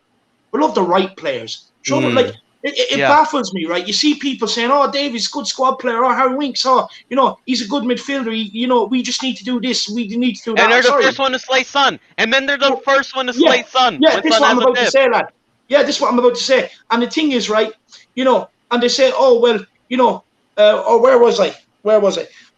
Yeah, they say, oh, like with Harry Winks, oh, let's give him a chance. He can do this, he can do that. He can't. And the thing is, and then you go to the likes of Harry Kane, and it's like, oh, well, look, maybe we should let him go because I feel sorry for him. And you're kind of thinking, what is going on here? This is backwards. Like, we should be, like, you know, defending the likes of Son and Kane with our lives, praising them to the hilt. Not, oh, well, maybe we should let them go because we're Tottenham Hotspur. And, you know, and then sit there and make an excuse for the likes of Davies and Winks. And we can't allow this culture to set in. We have to stomp it out. We have to just be ruthless when it comes to some of these guys. You come to Tottenham, especially as a new signing, hasn't worked out in 2 years, get out. It doesn't matter because we'll always sit there. Oh, what if he went somewhere else and does this? I couldn't give a shit. He didn't do it at Tottenham. Tottenham is the team I support. Couldn't give a shit what he does elsewhere. Comes to Tottenham and it doesn't work out. Goodbye, see you later. Yeah. Stop making excuses for these players. David, this is what I'm talking, and you know, this is why I love you, David. First off, this is why I love you. You know, you're real. You say it as it is. Steve, I'm gonna just get to it, you know, and people have been, you know, getting mad at me and on Twitter, but you know, it's the exact same thing. This is what I was talking about at Will Stewart's with Steven Bergwijn. You know, like everybody say, oh, what could he be? What could he be? He's been here for a season and a half, and he has the same amount of goals as our center back. You know what I mean? Like, not good enough. That's not good enough. We have a kid from West Brom who just got relegated, right? We have a kid named Matheus Pereira, who's a baller, bro. You know what I mean? Like, scored about 15 Premier League goals with a relegation side, by the way. You know, we can get him for about that, you know, that same amount, the 15 million, 20 million. You know, Ajax is asking for 50 million for Bergwijn. Just sell the fucker, get Pereira, and move him on. You know, he's already Premier League proven.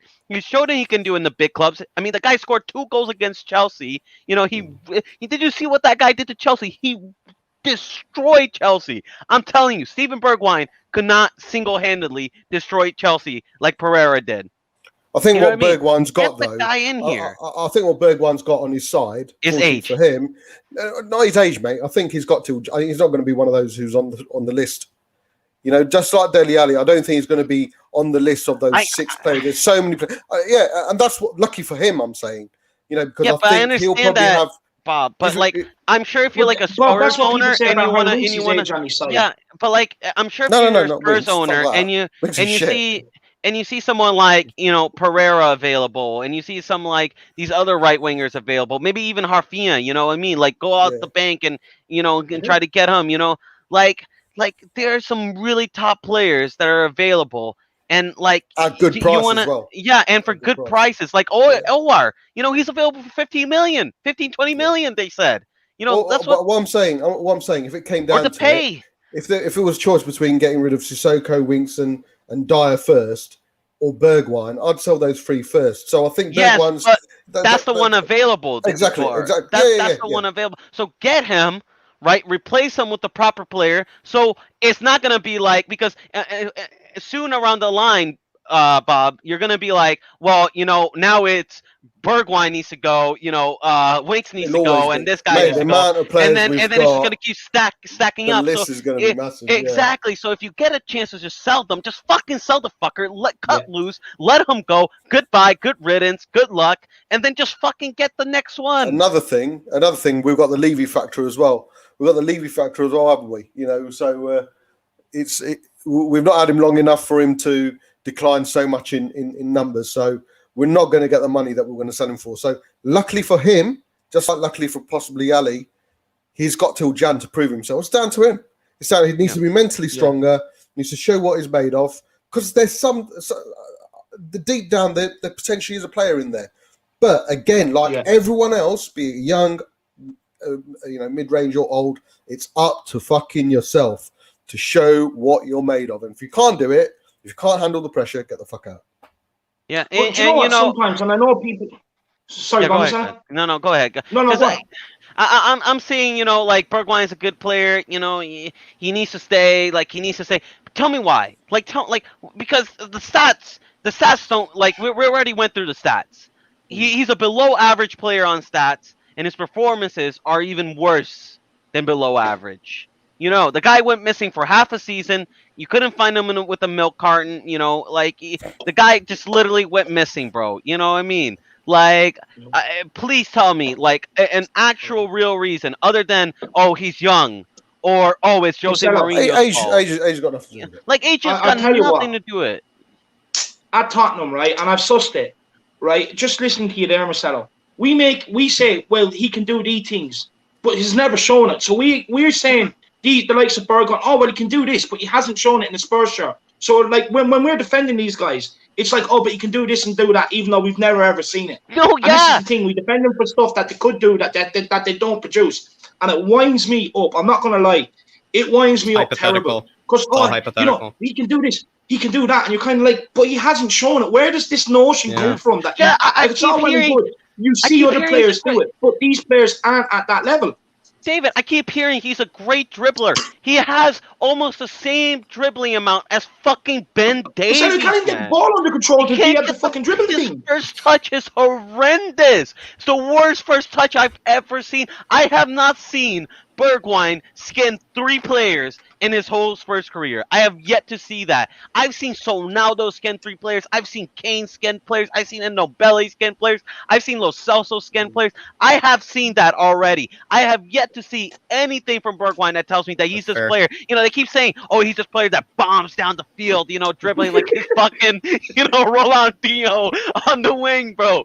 He doesn't do it. His stats prove it that he doesn't do it. His performance prove it that he doesn't do it. And get rid of him and get Pereira. I'm telling you, we're gonna regret it. He's right there. There's many more players to get rid of. I know, but and let's be honest, when we were top of the league, everyone was shouting from the rooftops. I disagree, by the way, with regards to these people. Some of the people, everyone's bigging up the fact that Aurier and Bergwijn had such a good relationship down the right, which they did to an extent. For me, Aurier shouldn't have put a fucking shirt on after the Liverpool game. That's a whole different matter. Fucking, you don't walk out on your club. With regards to Bergwijn, we will only see. The fact that he can't make it is just as hypothetical as he will make it. So it can't be a contradiction with regards to that. There's nothing to show that he has. What I'm saying is, there's nothing that. What I'm saying is, you can't defend a player and say he can do this when you've never ever seen him do it. I'm not saying he can do it. And that's how people defend these players. It is. I've seen it so many times. That's how people defend these players. There's no guarantee.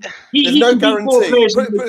He can toughen up. He can be stronger. But there's no point in defending them like that when you've never seen it. I'm not defending it. Like, the reason why we're saying they're not going to make it is because we see these things. And we, like, you know, when you've looked at football for so long and been involved with it, you know, sometimes you can't just magically be able to take the ball under control and bomb down the wing to beat players. And also, David, you can tell, you can spot a baller. Like, as much as we make fun of Endo Bella, we always say he's a baller. 100%. There's a baller in there. He's just not fit. You know, he needs to get fit.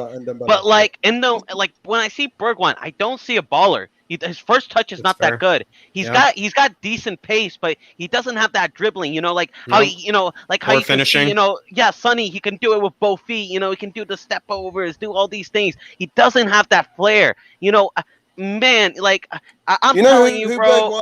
Bergwijn's first season reminds me of Sonny's first season. Honestly, no, Sonny was a way better player than Bergwijn. No, you look at Sonny's way better player. You look at Sonny's stats in the first season, mate. That's all I'm going to say. Just check it out.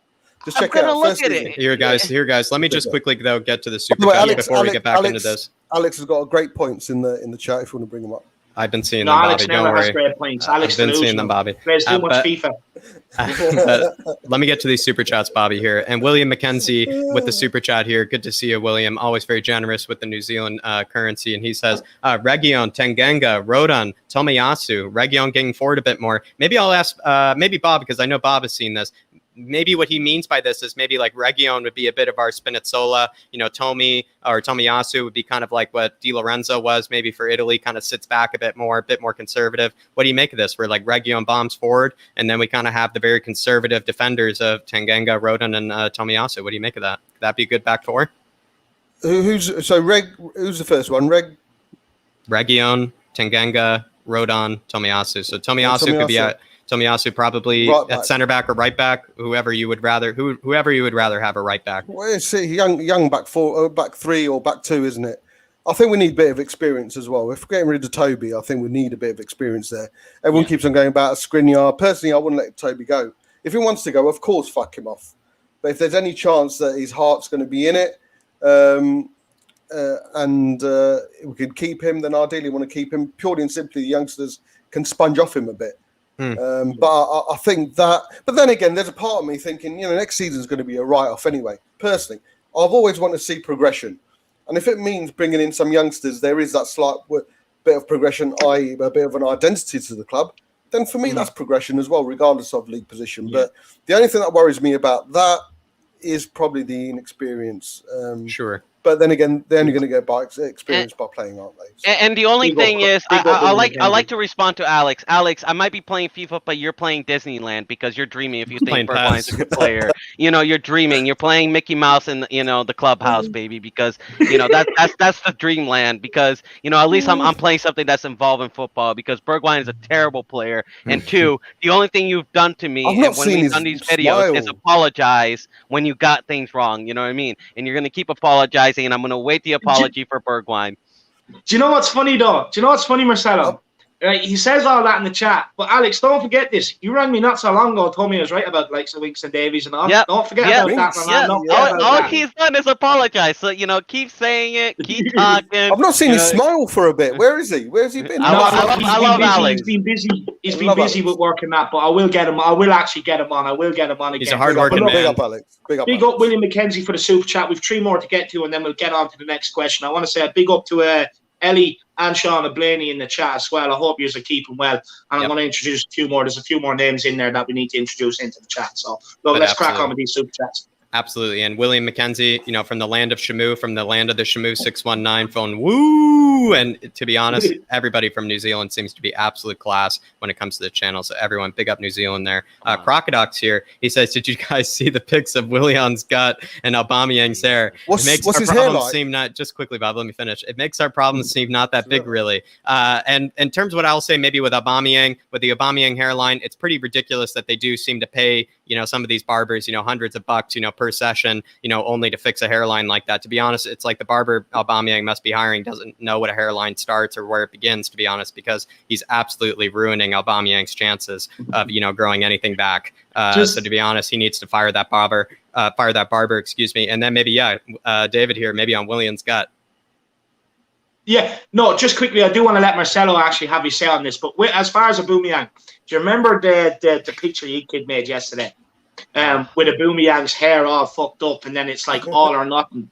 Oh, it was absolutely brilliant. There was some laugh. Big up you, kid. Actually, send me on that picture. I want it, my man. I want it. But Marcelo, and to say here to Crocodox, he says, about Willian and William's gut and Aubameyang's hair. Listen, it's Clown FC, Jokester FC. The party is yet to come. Aubameyang, he's just getting. Don't worry, David.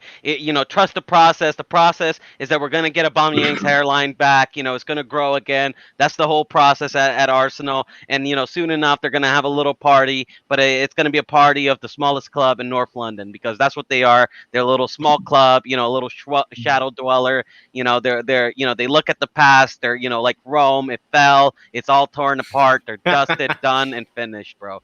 Clown FC, bro. If we're Jokester FC, if we're post-traumatic stress disorder FC, dude, they're Clown FC. They run the whole circus. Absolutely. Bob, anything to say to Willian's gut or to Aubameyang's hairline? I'm looking at Aubameyang's haircut now. Oh my god, that is horrendous. I think, Dele Alli's looks like it's the best haircut. He looks like Fabio. William, mate, with regards to William's gut, like I say, I'm sure he's hiding Saka in there to keep him away from all the abuse he's getting, poor lad. So,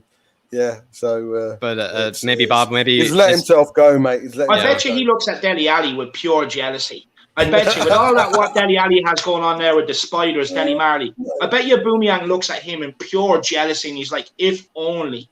And as far as Willian, look, I hope they keep feeding the McDonald's. This is a guy they brought in that they thought would be the answer. He'd be able to create things, this, that, and the other. I hope he keeps eating McDonald's, and Ndombele just says, look, Willian, I can't hang out with you anymore. I'm fit now. I'm going to ball for Tottenham. You know what I mean? Because look. With Arsenal, all they are is Chelsea's retirement home. A player becomes too old at Chelsea, he moves to Arsenal, and then they all big them up, do stupid little dances and everything else over there, and then he turns out shit. So I love it. It's the gift that keeps on giving, my man. But look, we'll get Dermot Moyle super chat in Nigel Gates as well, and we'll crack on with the next question. Yeah, and Jack, Dermot you Moyle. just take these next two. No problem, David. Everybody big up Dermot Moyles. Everybody big up Dermot in the comments here. He's been already so generous to us. He's also come up with this new Twitter page, Tottenham Tantrum. He's going to add a bit of news to everything. He's going to retweet lots of news for us just to keep us informed. So everybody big up Dermot. He's been so generous to us. And he honestly is a true legend as well.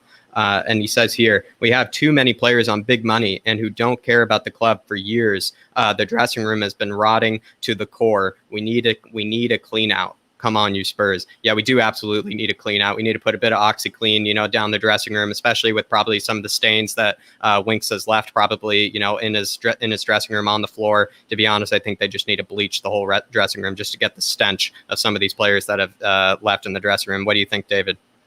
Yeah, look, it's not until it bang won't be able to clean. The advert is banging, the dirt is gone. So let's get some Sillet Bang in here and let's clean out this dirt. Honestly, I'm just sick of it. I'm sick of the excuses, sick of the players not running. Like, if we can sit there every week, tune in for these games 3 days a week, pay so much money to be able to get the chance to watch them and everything else, right? The least I expect is to see my players run around for 90 minutes with desire and with passion and with heart. I can accept losing, right? I hate losing. I'm a bad loser, I'll be honest with you. But I can accept losing if my team has given it their all and they were just beaten by the better team on the day.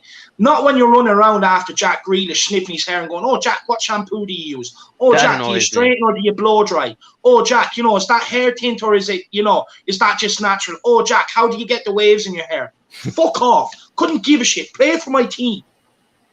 Yeah, definitely. And also, I will say to Dermot as well, David, Dermot was just informing me the other night, on Michael Collins, kind of just informed me a bit, on some of the Irish heroes as well. So honestly, Dermot, everybody big up Dermot. He's been very, very, very generous to us. And he's also, David, he's informing me on a bit of Irish history as well at the same time. Nigel Gates, he says, stating the obvious is fine, but I don't see anyone lining up to buy the deadwood. Prioritize your crap to sell if someone wants it. Yeah, maybe you might be right there, Nigel. What I might say to you is that, no matter what, we still have to get the deadwood out. As long as, someone's going to be willing to take them off our hands, that's what I'd be happy with. The only problem is that Levy wants a fair price for them. But to get the deadwood out is actually not the issue. It's actually not that hard to get them out. It's just the only problem is we want to make all our money back for what we spent on them. Yeah, David? Yeah. No, Jack, spot on. That's exactly what I was going to say. Yep. Look, we can't sell them. We do make no mistakes. We can't get rid of them.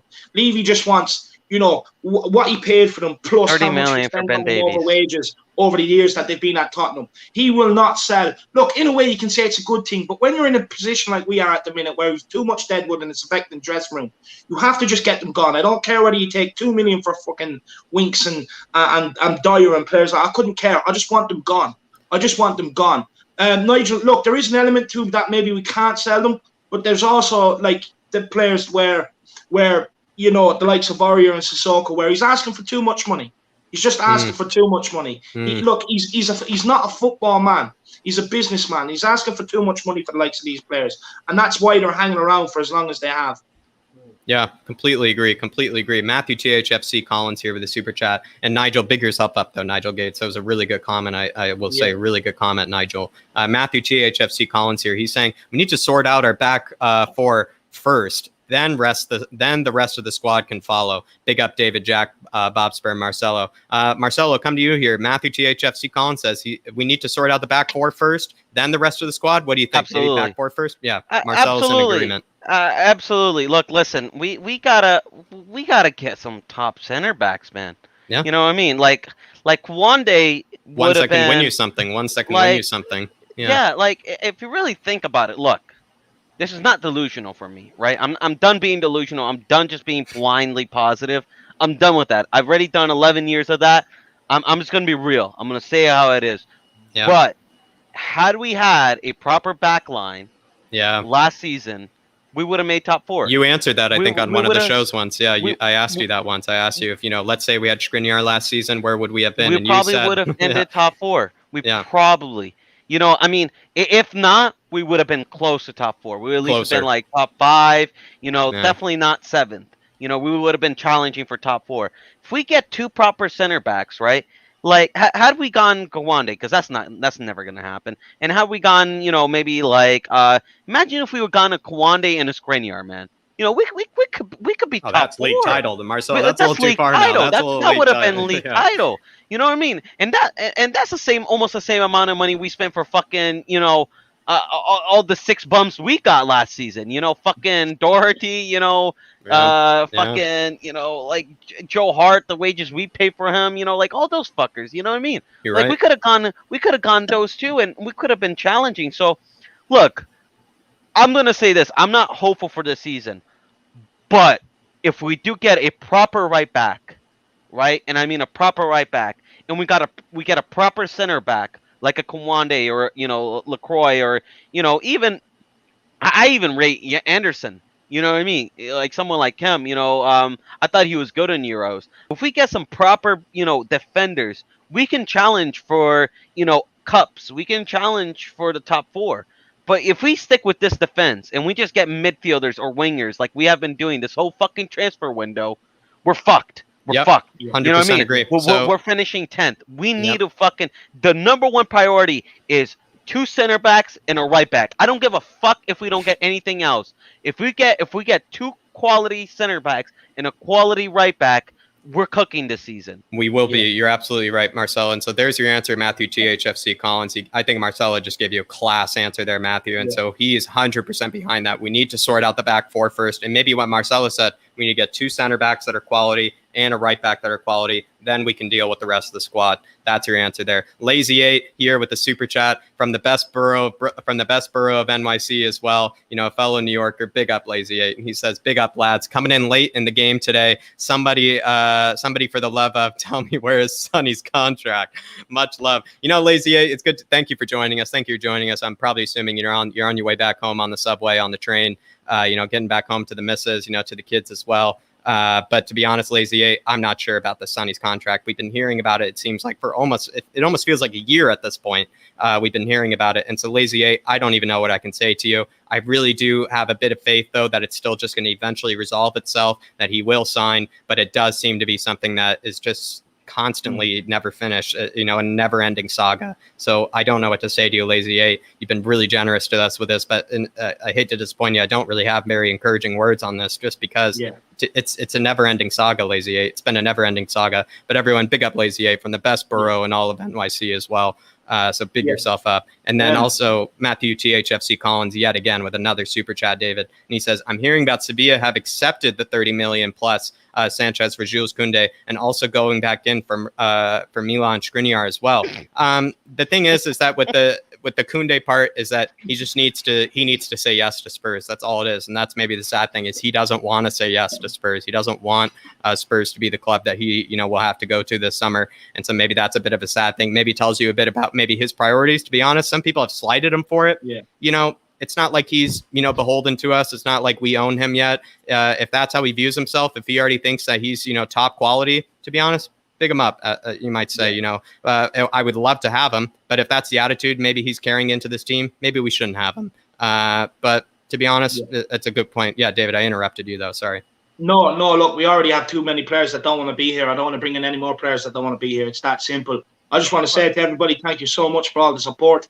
Keep getting the super chats in, keep supporting us. We got into it. We got really into it there. We went into the trenches. But just before we get on to the next question, I just have to take Alex back to school. So look, you may as well get. No, let me do it. Let me do it. Listen. David, I told you I can only stay for an hour and a half. It's getting around there, so I do have to go soon. I just want to say I'm sorry for interrupting you. I just want to say goodbye to everybody. But before I do, Alex, the only hole that's being dug. The only hole I'm digging is a hole for you after I bury you in a next debate. You're going to go 6 foot under, baby. You know what I mean? I'm going to rinse you like I always do. I'm going to prove you wrong like I always do. You never get the stats right. You never get the facts right. I say how it is. You living in Disneyland while I'm playing FIFA and gathering my knowledge, bro. You know what I mean? You're fresh off a very professional debate as well, Marcelo. I will say you held yourself very well. You were very professional, very well spoken. It's almost even the Marcelo that, he's almost holding back a bit. He was kind of holding up his smarter words, his big fancier words for that debate, as well. So to be honest, Alex, I might be a bit scared because Marcelo is on his game when it comes to the debate right now. Listen, I debate the master himself, David right here. He's a hard guy to debate. He's as hard-headed as I am. Alex is a piece of cake compared to him. He's like a little after dessert. He's like a little treat after you finish dinner. You know what I mean? It'll be easy. It'll be easy eatings. You know what I mean? Alex, don't say I'm digging a hole for myself. I'm digging a hole for you, buddy. Have a good one. What I will say is just to end this with Alex. Look, you sit here and tell us, Winks, Davies, good players, this, that, and the other, and then say we have a crap team. So make up your mind. We have a crap team because of these players, or else they're good players and we have a good team. You can't have it both way, Alex. But look, Alex, I'm going to be in contact. I'm going to get you and Marcelo on to debate each other. It's going to be an absolute cracker. I'm going to be quite partial. I'm just going to sit there. I'll ask a few questions and let you two debate on them. So look, Alex, I'll be in contact, my man. We're going to get it done. Big up, and Alex, he says he's falling asleep. Yeah, you are falling asleep because those words just knocked you out. Because he's already asleep in his grave, Marcel. He's already asleep in his grave. You already tucked him in. You already tucked him into the grave. He's already getting ready for that coffin. All right, come on. It's all jokes aside. I love Alex. He's a hardworking man, and I can't wait to bury him in the next debate, though. I am kind, but I'm not too kind. Come on, you Spurs, David. It was great coming back. I'm back, baby. I love you guys.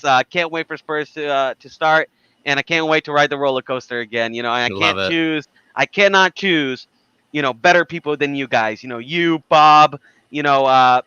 Maddie. All you guys. No, really. Oh, I'm there, guys. Can everybody else hear me? Just let me know if you can still hear me. I'm not sure what went on there, Jack. Not sure what went on. That's sure Marcelo and Bob gone and yourself left. I don't know what happened. No, that's all right, David. Sorry about that, everybody. Really sorry about that, everybody. It just seemed to be that Marcelo might have just absolutely dropped the mic on everybody. That StreamYard had to set it. They had to set it down. He was ripping too much into Alex there. They had to end it right there. They had to end it. Sorry about that, Bobby. I don't know what happened. We all just absolutely, we all left it.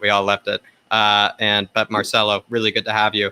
Really good to have you, Marcelo. Honestly, I got David, as I've told you before, I get a little bit of jitters when Marcelo comes on. He's a bit too much of a celebrity for me. Still sometimes get a bit of butterflies when I'm asking him the questions. But honestly, he's been absolute legend tonight. And then JC, good to see you, JC. Really good to see you in the chat as well. Always very generous to us and always good to see you in the chat. JC saying, I honestly don't trust Paratici to recruit quality. If he was any good, Juventus wouldn't have sacked him. Interesting. JC, what I will say maybe just quickly is that with Paratici, we had that video a while back now where we did kind of just go over all of his transfers. You know, it wasn't as great maybe as some people have made it out to be. But then again, also, I kind of made the video to maybe kind of slight him a bit. And then I was expecting it to be even worse than maybe I originally anticipated. So it kind of was kind of in between there. You know, wasn't so great, wasn't so poor. So to be honest, I actually do have a bit of faith in him. But JC, a fantastic comment, a fantastic super chat. And I'll tell you why. And that's simply because it really is actually what the next question is going to be about.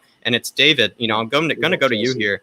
What do you make of Paratici's transfer tactics or style of inquiring for a variety of players in the same position and then maybe picking that best option, the best price, maybe based on the player's price or ability? What do you make of this transfer tactic? And also JC, very third eye with that comment there. You know, very third eye. Honestly, he must have you read got the my script, mind. Jack. He must have got the script. You know, I might maybe have to hide, you know, everything a bit more, David. Maybe can't release it to too many people because he seems to get a hold of the questions. But JC, very third eye. I must give you that.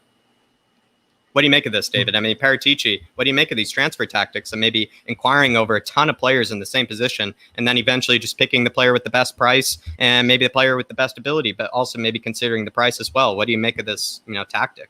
Yeah, just quickly, George says, big up Bob for dropping the flat cap. I don't know why you don't want people to be wearing the flat caps, man. I don't know why, Georgie.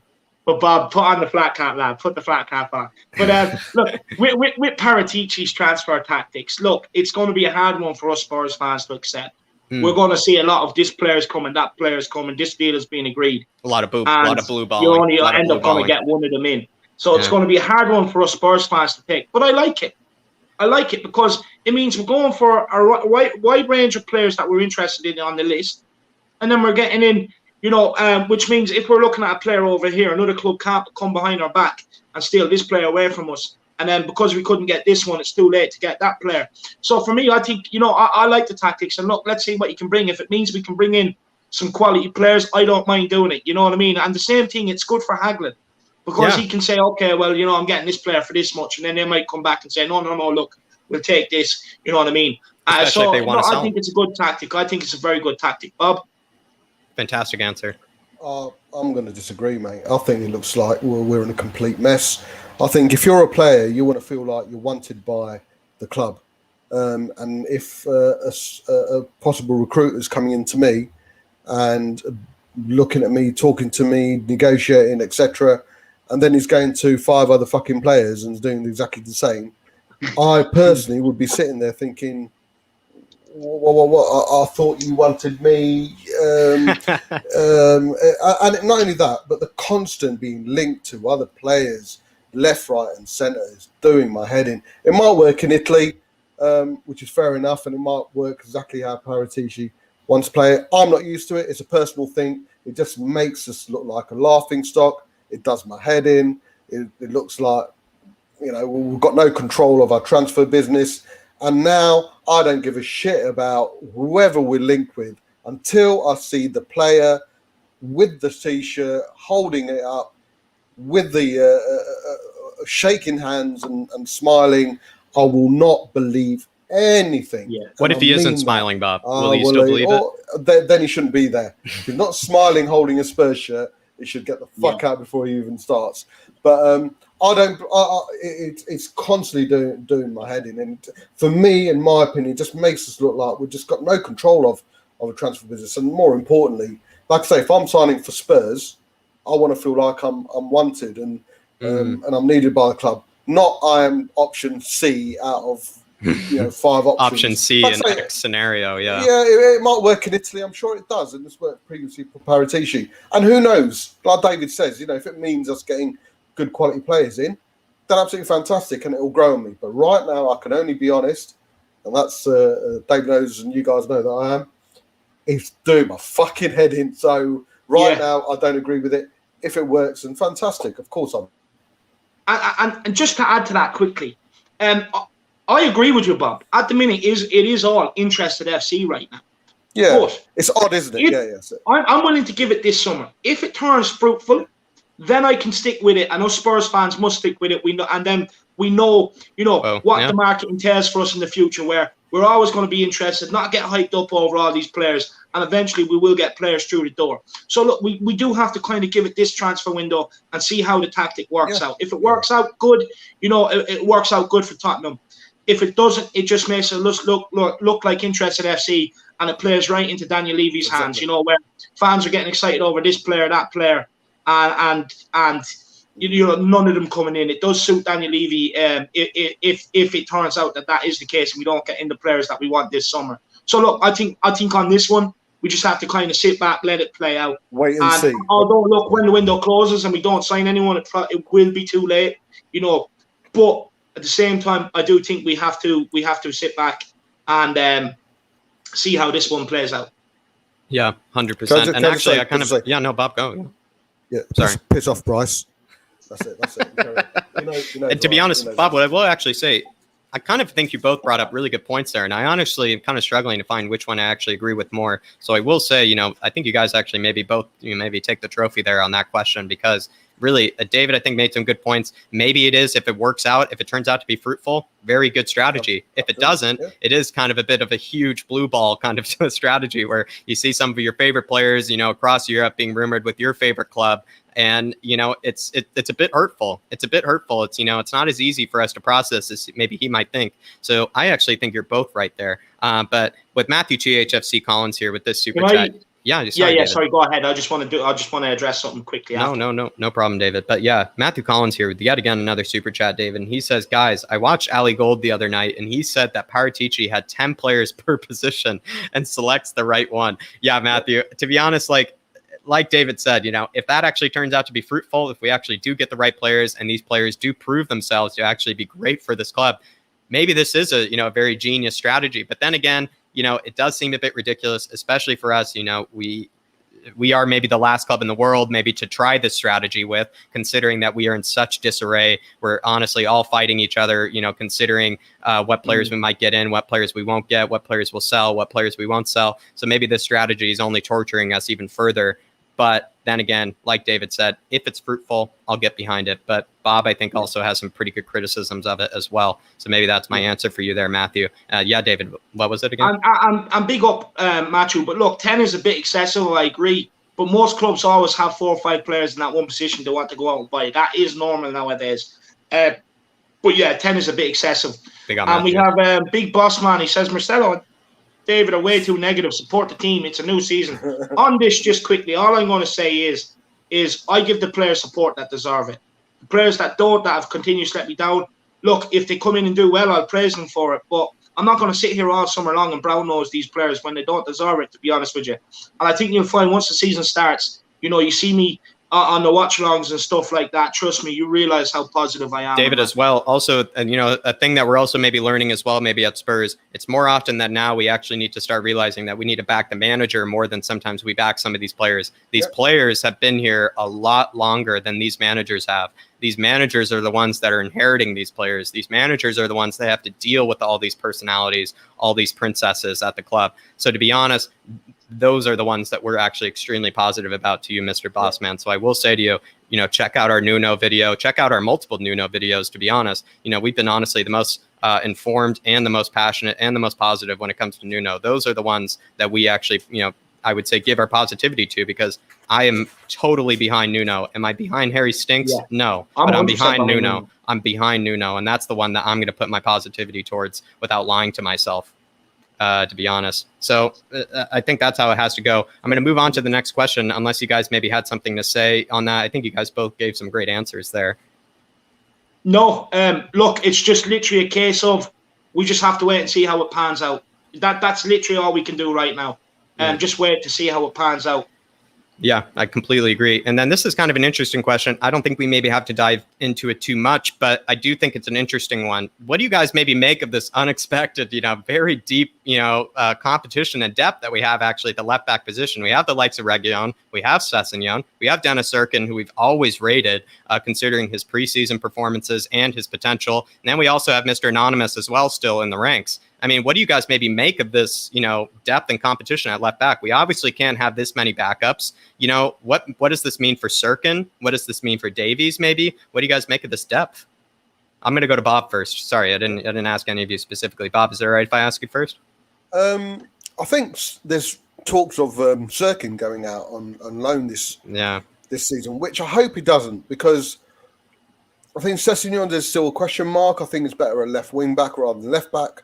Reguilon, again, I think is better going forward. Sirkin, out of all of them, seems to be the most defensive sound, and we've not even seen him play properly. And obviously Davis is Davis, who I think, like David, will be sticking around. So I'd want to keep all four, especially with the Conference League being so prominent this season, and Sirkin should play in that. So I think it's great. Do I want a left back in? I personally don't think we need one. Purely and simply by hoping that Sessegnon will. We don't need to spend money where we don't need to, and if by going out and buying a left back means we can't fulfil a right back position or a centre back position or even a midfield position, then I'm happy with what we got. Yeah, I think that's actually an interesting take there, Bob. David, what do you make of this? Maybe this unexpected depth that we now have in the left back position. Yeah, look, I'm going to keep this short and sweet. Look, I'm delighted with the competition we have. I agree with Bob 100% on what you said there. We don't need to fill in this position, which means because that's one less position we have to fill up, means we can spend money concentrating on centre backs. Maybe shift a couple of players, get a right back, another centre midfielder in. That'd be absolutely excellent. Look, Reguilon's going to be your main man. Sessegnon, I do think he's going to have a part to play, whether it's coming off the bench for Sonny when he gets tired, or playing left wing, or playing left back, or if Nuno plays five at the back, he can play left wing back as well, like he did at Hoffenheim.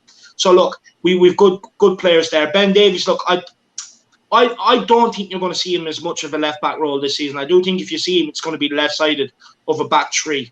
That's just my opinion. And with Sirkin, I think we should loan him out. Now that we've got Sessegnon back, I think Sirkin should be loaned out. Now, last season I was calling for him to play. That's just because Ben Davies was pissing me off and was shit every game. But, this season, now that we have Sessegnon back, we still have Davies there. We've good cover down that side. Get Sirkin out. Let's get him developed. Let's get him games in the men's league. Because under 23s, you can only replicate so much. And it's a bit wishy-washy, them games. It's not really physical or, you know what I mean? It's not great. So, look, get him out on loan. Get him out into a men's team. And let's see how he copes. I think he's going to cope just fine. But let's just get him out on loan. Great answers from both of you there. Will Stewart with a super chat here. Big up, Will. And he says, Jack, I think I've been the most positive about Nuno. I've backed him since April. Yeah, Will, you're actually right when I really do think about it, especially, when we were debating between Potter and Nuno, you were definitely pro Nuno, full Nuno. So you're absolutely right there. You've definitely been backing him since April. Maybe not as much of a competition, but, definitely. You've definitely been the Nuno lover, definitely been the Nuno praiser. So big up yourself, Will. Big up yourself. For being the Nuno praiser. And everybody, just get over to Will's page and check out the debate between Marcelo and the other guy. Class. Yeah. Where basically they were debating, like the other guy was saying why we shouldn't criticize players, and Marcelo was saying basically, why should we praise them if they don't deserve it. So very good debate on Will's channel. Everybody get over and check it out. And big up, Will. Hope you keep him well, my man. Yeah, Will, thank you for the super chat. Really big yourself up, and you're absolutely right. You have been the absolute Nuno supporter since the beginning, before Nuno was even popular, to be honest. So Will, big yourself up for that. Absolutely. And Danny Ings has been a big supporter of Danny Ings come to the club as well. I mean, anybody can be a supporter of Danny Ings. That's it's to their own. It's all to their own, Bob. But with Tanganga and Skip have already been seen back in preseason training, Bob, and with the squad, despite both suffering end of season injuries, that I believe both of those injuries required surgery, Bob. They've actually made miraculous recoveries and are already back seen in training. They're already back, spry, taking contact, taking lessons from Nuno. They seem to be back in full force. I mean, maybe first, what do you make of these, remarkable recoveries from surgery? Maybe it's just, the young bones or something like that. Or also do you think that originally, I remember all of us were saying we were actually quite worried that Skip wouldn't make it back in time for preseason, that Tanganga wouldn't make it back in time for preseason? Is this maybe actually a huge blessing that maybe we haven't noticed? How often and how would you like to see as often as possible? I'd love to see Skip and Tanganga as often as possible this coming season. Skip, I think, has shown he can play it in a man's game, and let's not forget, yes, he was in the lower league, but the league championship, but it's a man's game in that, and it's probably a bit more physical. Tanganga, I've always loved. Any stream you go on to, I've got big faith in Tanganga. Reminds me of Ledley King. Unfortunately, so do the injuries, but I do think there's a lot of potential there. I see him as a centre back rather than a right back, so I totally disagree with Jose there. That's not going to come to many people's surprise. But Skip, Tanganga, I'd love to see him as. You'd love to see them used, and then Bob. I mean, is there anything that can be made, maybe, of these, miraculous recoveries? I mean, Bob, these were surgery. I mean, these were surgical. These injuries. It's sign of the times, isn't it? I think, Jack. Everyone is healed a bit quicker. Medical progression's just gone. It's getting better and better. So I think it's just a sign of the times. Gone are the day where a broken leg would end your career. Now it's they're back within months. So I think we just need to look at it as the wonderful surprises of medical progression. Just want to say how apt that a question on naming rights come from Bobby Spurs. It's very apt. Is that you? Yeah. It's Bobspur Jr. in the comments. Bobspur Jr. being deputized. Yeah, Bobby Spurs. Love it. Absolutely love it. He is right, though. It is gone quiet. Which concerns me. Yeah, it has gone quite quiet, actually. I think he's holding out too long, Mr. Levy. But, David, honestly, Tanganga and Skip, if you ask me, I had been told that they were not going to make it back for preseason. I was a bit worried about that, considering that plenty of us were saying how much we would like to use Skip. Obviously, we've been it seems like back and forth where like there's, Skip is the only one that should play next to Højbjerg. And then at the same time, we've been saying, Skip needs to be used sparingly, needs to be used wisely. I think him getting that injury was actually quite worrying for us. What do you make of these recoveries from both of them? And also, how often would you like to, see Skip and Tanganga used next season? Look, everyone knows I'm a big fan of both of these boys. The players that have come through the academy that you can make it. Look, with Tanganga, you could see 5 minutes into his debut against Liverpool, the kid has something about him. He's good enough. He's good enough to be in and around the first team. Yeah. The only problem is his injuries. Yeah. It is his injuries. And look, he had a horrific back injury coming into last season, and for me, it's not good having a back injury, such a bad one at his young age. But everything about this guy screams Ledley King, even down to his injuries. He made his debut against Liverpool, just like Ledley King done. You know what I mean? And for me, I think this guy's brilliant. I don't think he's a right back. I do think Jose got that wrong. I think he is a centre back. Look, with Jose, he likes big centre halves. But with Tanganga, he's strong, he's powerful, he has pace. It's what everyone says about Sanchez. But the thing with Tanganga, most importantly, his position and his awareness is better than Sanchez. And for me, you can make up for not being the tallest with positioning and awareness and stuff like that. And for me, I think he has to play. I really do think he has to play. If he could be a tiny bit better on the ball, that would be absolutely brilliant. But for me, I would like to see him given his chance this season. I really would, ahead of the likes of Dyer, Sanchez, players like that. I want to see Tanganga in there ahead of them. With Skip, I'm a big fan. Ever since he started coming off for Tottenham, I like him. He gets stuck in. It's what you want. He gets stuck in, but he's not afraid to get stuck in. Like, you look at Harry Winks, he's 25. Doesn't like getting tackled, doesn't like getting stuck in. You look at Skip, he likes getting tackled, he likes getting stuck in. But he's also comfortable on the ball. He's not afraid to take it. He's not afraid to pass it. And he makes, and for me, I think Skip has a big part to play this season. I really do. With Højbjerg and Ndombele and Lo Celso last season, we were tired. We didn't have enough legs in the middle. And when injuries came, we were a bit screwed in there. Skip, for me, I think he's going to be brilliant. And I just have a feeling you might see Skip more in the bigger games. Because with Nuno in the bigger games, he will sit back and do a counter-attacking style of football. And with Højbjerg and Skip in there turning over the ball together, I play brilliantly into his hands. It means you don't have to get Kane to drop back to help out. You don't have to get Son to drop back and help out, which means you can keep them up top. So for me, I think Skip will. I think Skipper's a big season this season. Tanganga, I think he'll be more of a Europa Conference League player, League Cup, FA Cup, and hopefully fill in for the likes of Roden if he's injured and stuff like that. I was going to say, I don't see him starting as much as I would Skip. Yeah, good squad backup, isn't he, Tanganga? It's probably potentially saves us from buying another defender in. You know, if we end up just the one signature, which I hope it isn't, at least we've got good backup in the likes of a Tanganga, and hopefully a Toby. I hope he does want to go, but the rest, I'd see off. Rodon for me, tailor-made back three, but in an ideal world, we need two centre backs, of course. But at least we've got the last of Tanganga there as backup. Yeah, I really agree with you guys there. This is also maybe a bit of a shorter question, maybe a bit of, let's pat ourselves on the back, for what Nuno maybe has brought into the club. Antonio Diaz, he has, plenty of athletic articles from The Athletic about him in terms of him being a very modern fitness coach. Plenty of people seem to praise him for some of his new kind of innovative styles when it comes to, getting players in shape. Plenty of Nuno's sides have also been very well known for being in very good shape, especially because he uses a bit smaller squads. I mean, what do you guys make of this? Maybe having a new fitness coach, one that's also highly regarded, outside of, the club. Is this maybe a bit of a relief for you guys? Is this, a good thing for the likes of Tanguy and Domburgers? What do you guys make of this? Are you guys relieved? I'm going to go to David first. What do you like, about us having, a very well-regarded fitness coach? Yeah, Jack, will you just take that down so I can get people's comments up and I'm not covering Bob's face? No, brilliant. No. Look, with the likes of the new fitness coach, look, it's badly needed. We all know that the players, they have to be told to do fitness. It's not a requirement to them. It's not the base of why they're given a contract, this, that, and the other. They have to be told to do it, apparently. So look, now they have the fitness guy in. I don't want to hear any complaints. So he's training me too hard. He's doing this. I don't want to hear it.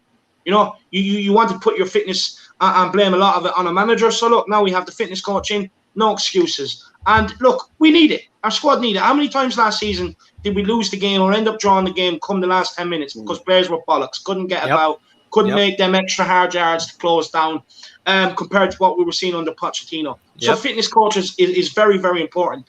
And to get one of the best in the business, one that's very, very highly regarded, absolutely brilliant. Look, we've seen a lot of videos come out already, a lot of them being put through their paces, and good. They need it. Fitness, we need it. We're under Pochettino. We had, don't get me wrong, we had a great squad. We had some great players. Well, not a great squad. We had a great 11, 12 players, and we had, the reason why we were so hard to play is because we were just super fit. We were so much fitter than everybody else. We were getting to first balls quicker. We were getting to breaking balls quicker. We were able to pass and move a hell of a lot quicker. We were able to do it at speed, which kills teams. And we need to get back to that. We need to get back to that. Look, fitness, you have to be fit playing in the Premier League. We've seen it time and time again. You have to be fit. And I'm absolutely delighted we have this guy in, and hopefully it works wonders. And yeah, look, I know a lot of people are a bit negative going into this season, but with the new fitness coach, with Nuno coming in, hopefully we'll see a bit better out of some of these players. And I'm finding it hard not to be positive. Look, don't get me wrong, I want Levy out just as much as the next man. But we still have to support our club going into the new season. We can't hate the club just because of that dickhead. You know what I mean? We still have to support the club. But look, I do want him out as much as the next man. But with the new fitness coach in, hopefully it pays off. Yeah, I really do agree there. Bob, I mean, what do you make of this? Is this maybe something that we can just get behind, something that we can just maybe look forward to? And maybe, if we do maybe see a visible difference in the player's fitness, it might be thanks to this guy, Antonio Diaz. I mean, what do you make of this, having maybe a well-regarded fitness coach? Is this something that maybe you're a bit relieved by? Is this something that you're only going to wait to see the results for? What do you feel about it? I think it's evident. Even a blind man could see that, our physical status of last season, and what Jose came out with, saying that I left the physical side to the players. Players aren't going to train if they don't have to. No human wants to put themselves through the paces when they don't want to. It's like a homework without deadlines, for some exactly. It's good and is renowned as one of the best. I totally agree. When I said earlier this season is a write-off for me, I meant I'm fully behind Nuno. I've said that right from the off, but I don't want him. There's no pressure on him to achieve A, B, or C. This season for me is all about trial and error and to see how it goes. Shouldn't be better required. Yeah, exactly. 100% JC. For me, another person who's impressed me, and I'm assuming they're going to be working together a lot, is Ian Cathro, the assistant manager, who's coming. Oh yeah, he was very prominent. The Scottish, the Scottish guy.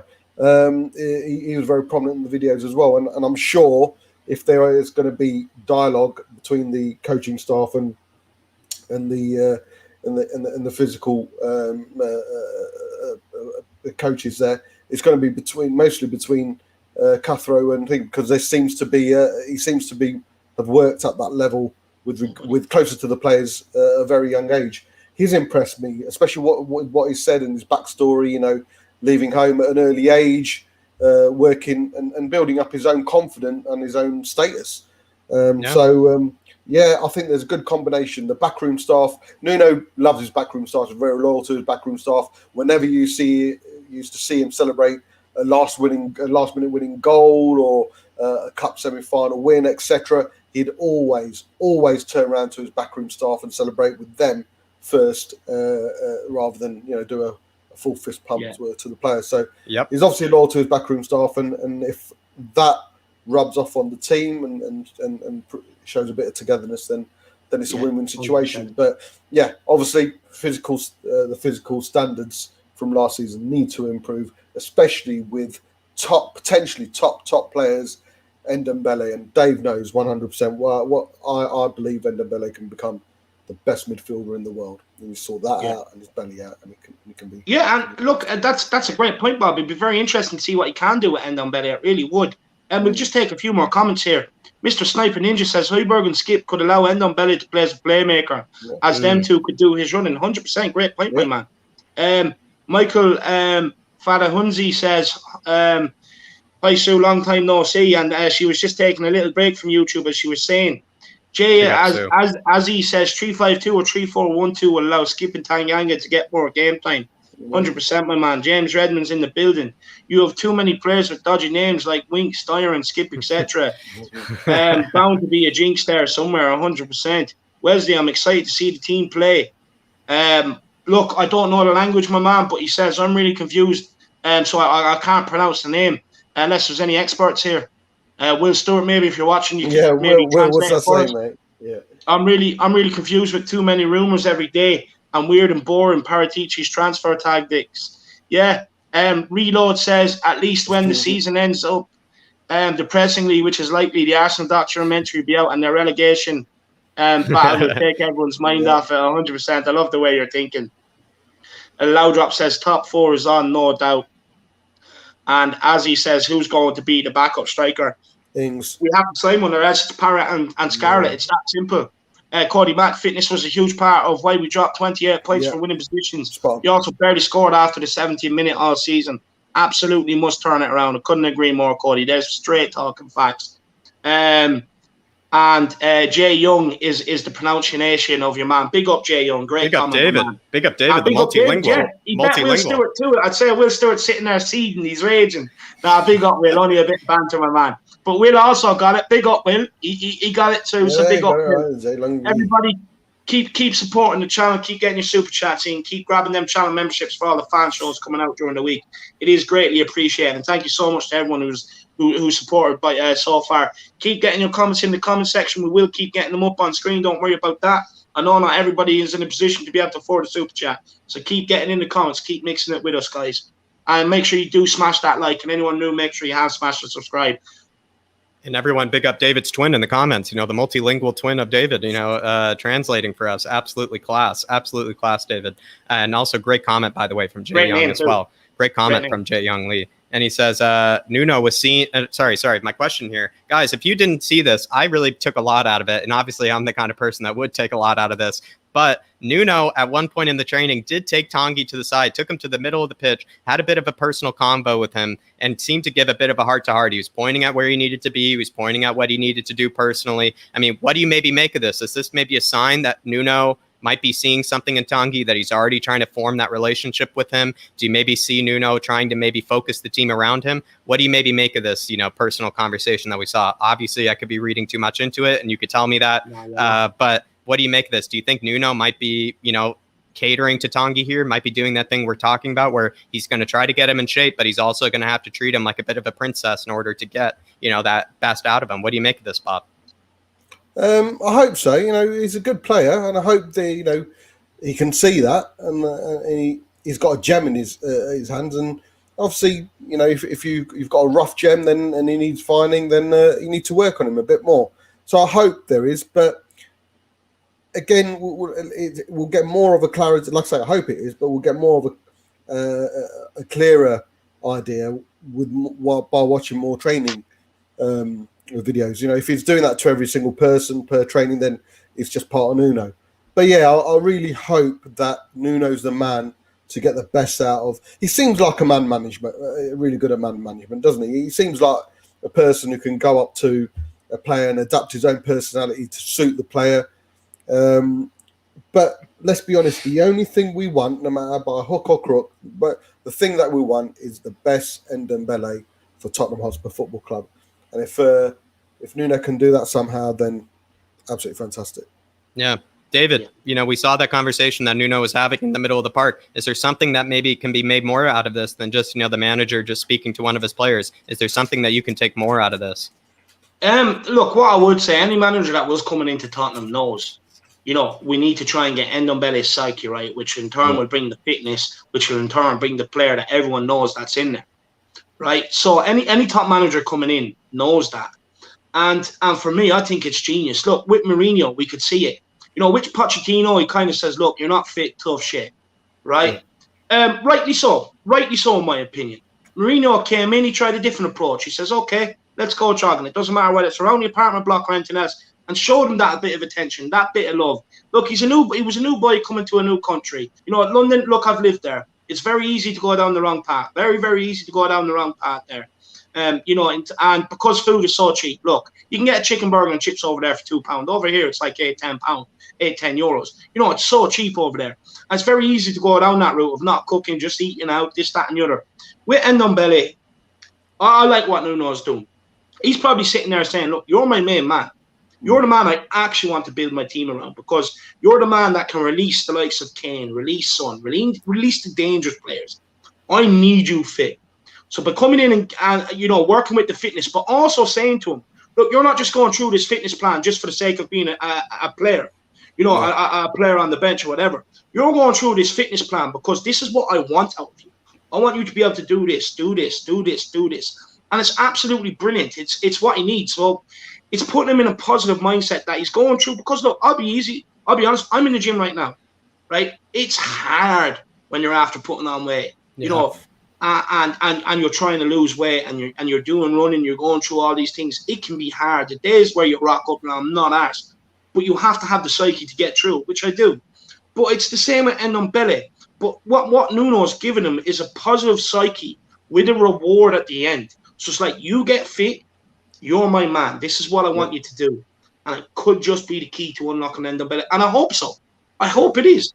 I really do. Because, look, we've seen this guy do things that we haven't seen a player do since, like, Gascoigne, since Hodder. Some of the skills that he has. And the thing is, if the fitter he gets, the more of it he can do it, the more consistently he can do it. He took 2 Chelsea players in midfield to school when we played them. He's done it to many midfielders. Look at the goal he scored against Sheffield United. Just awareness. Oh yeah, there you are, Ramsdale, big lad. I'll just chip it over into the far corner over your head. Ridiculous. The guy is insane. He has insane ability. And look, it's what we all say. It's his fitness. But I like what Nuno's doing, and I'm excited to see Nuno getting him fit and giving him the license in midfield to kind of see what he can do. Because, like I said, it's great that he can say, look, you're getting fit, but this is the end result. You're not just going to be a player that's going to be in and out of the team on the bench, this and that and the other. I want you to get fit because you're one of my main men in midfield. So it'll be very, very interesting to see what happens. But if Skip does come in, Højbjerg does come in, and 2 of them hit off in midfield, that means he's fighting with Dele Alli for a position further up. So it'll be also interesting to see how that's handled. So yeah, look, it's very interesting times. And look, Tottenham are back Saturday. I can't wait to see what unfolds. Yeah. And Nuno wouldn't be lying as well, David. If he went up to him and said, Ndombele, Tanguy, you can be, I keep on saying it, you can be one of the best midfielders in the world. He wouldn't be lying. He would Yeah, not be. he wouldn't. He would Yeah, not be that's the lying. truth. He can say that to him because I believe he can. I honestly believe he can be one of the best in the world. I will say though, I will say on Tanguy, I'm going to give him one more season to get to prove it and turn it around and get his fitness. If it doesn't happen, he has to go because there's It's no three point in having managers. a player with all that ability that won't train. And so for me, I'm giving him this season again. Yeah. Like I said, I do think there's a player in there. Let's see what unfolds this season. Yeah, absolutely. I think fantastic answers there on Tanguy, everybody. And this is the last question of the evening, everyone. And I do think it maybe is a bit of a big one, could be a bit of a small one, however you guys want to approach it. But do you think that Levy, considering this appointment, he's been saying a million times, we need someone that plays attacking football, someone that incorporates the youth.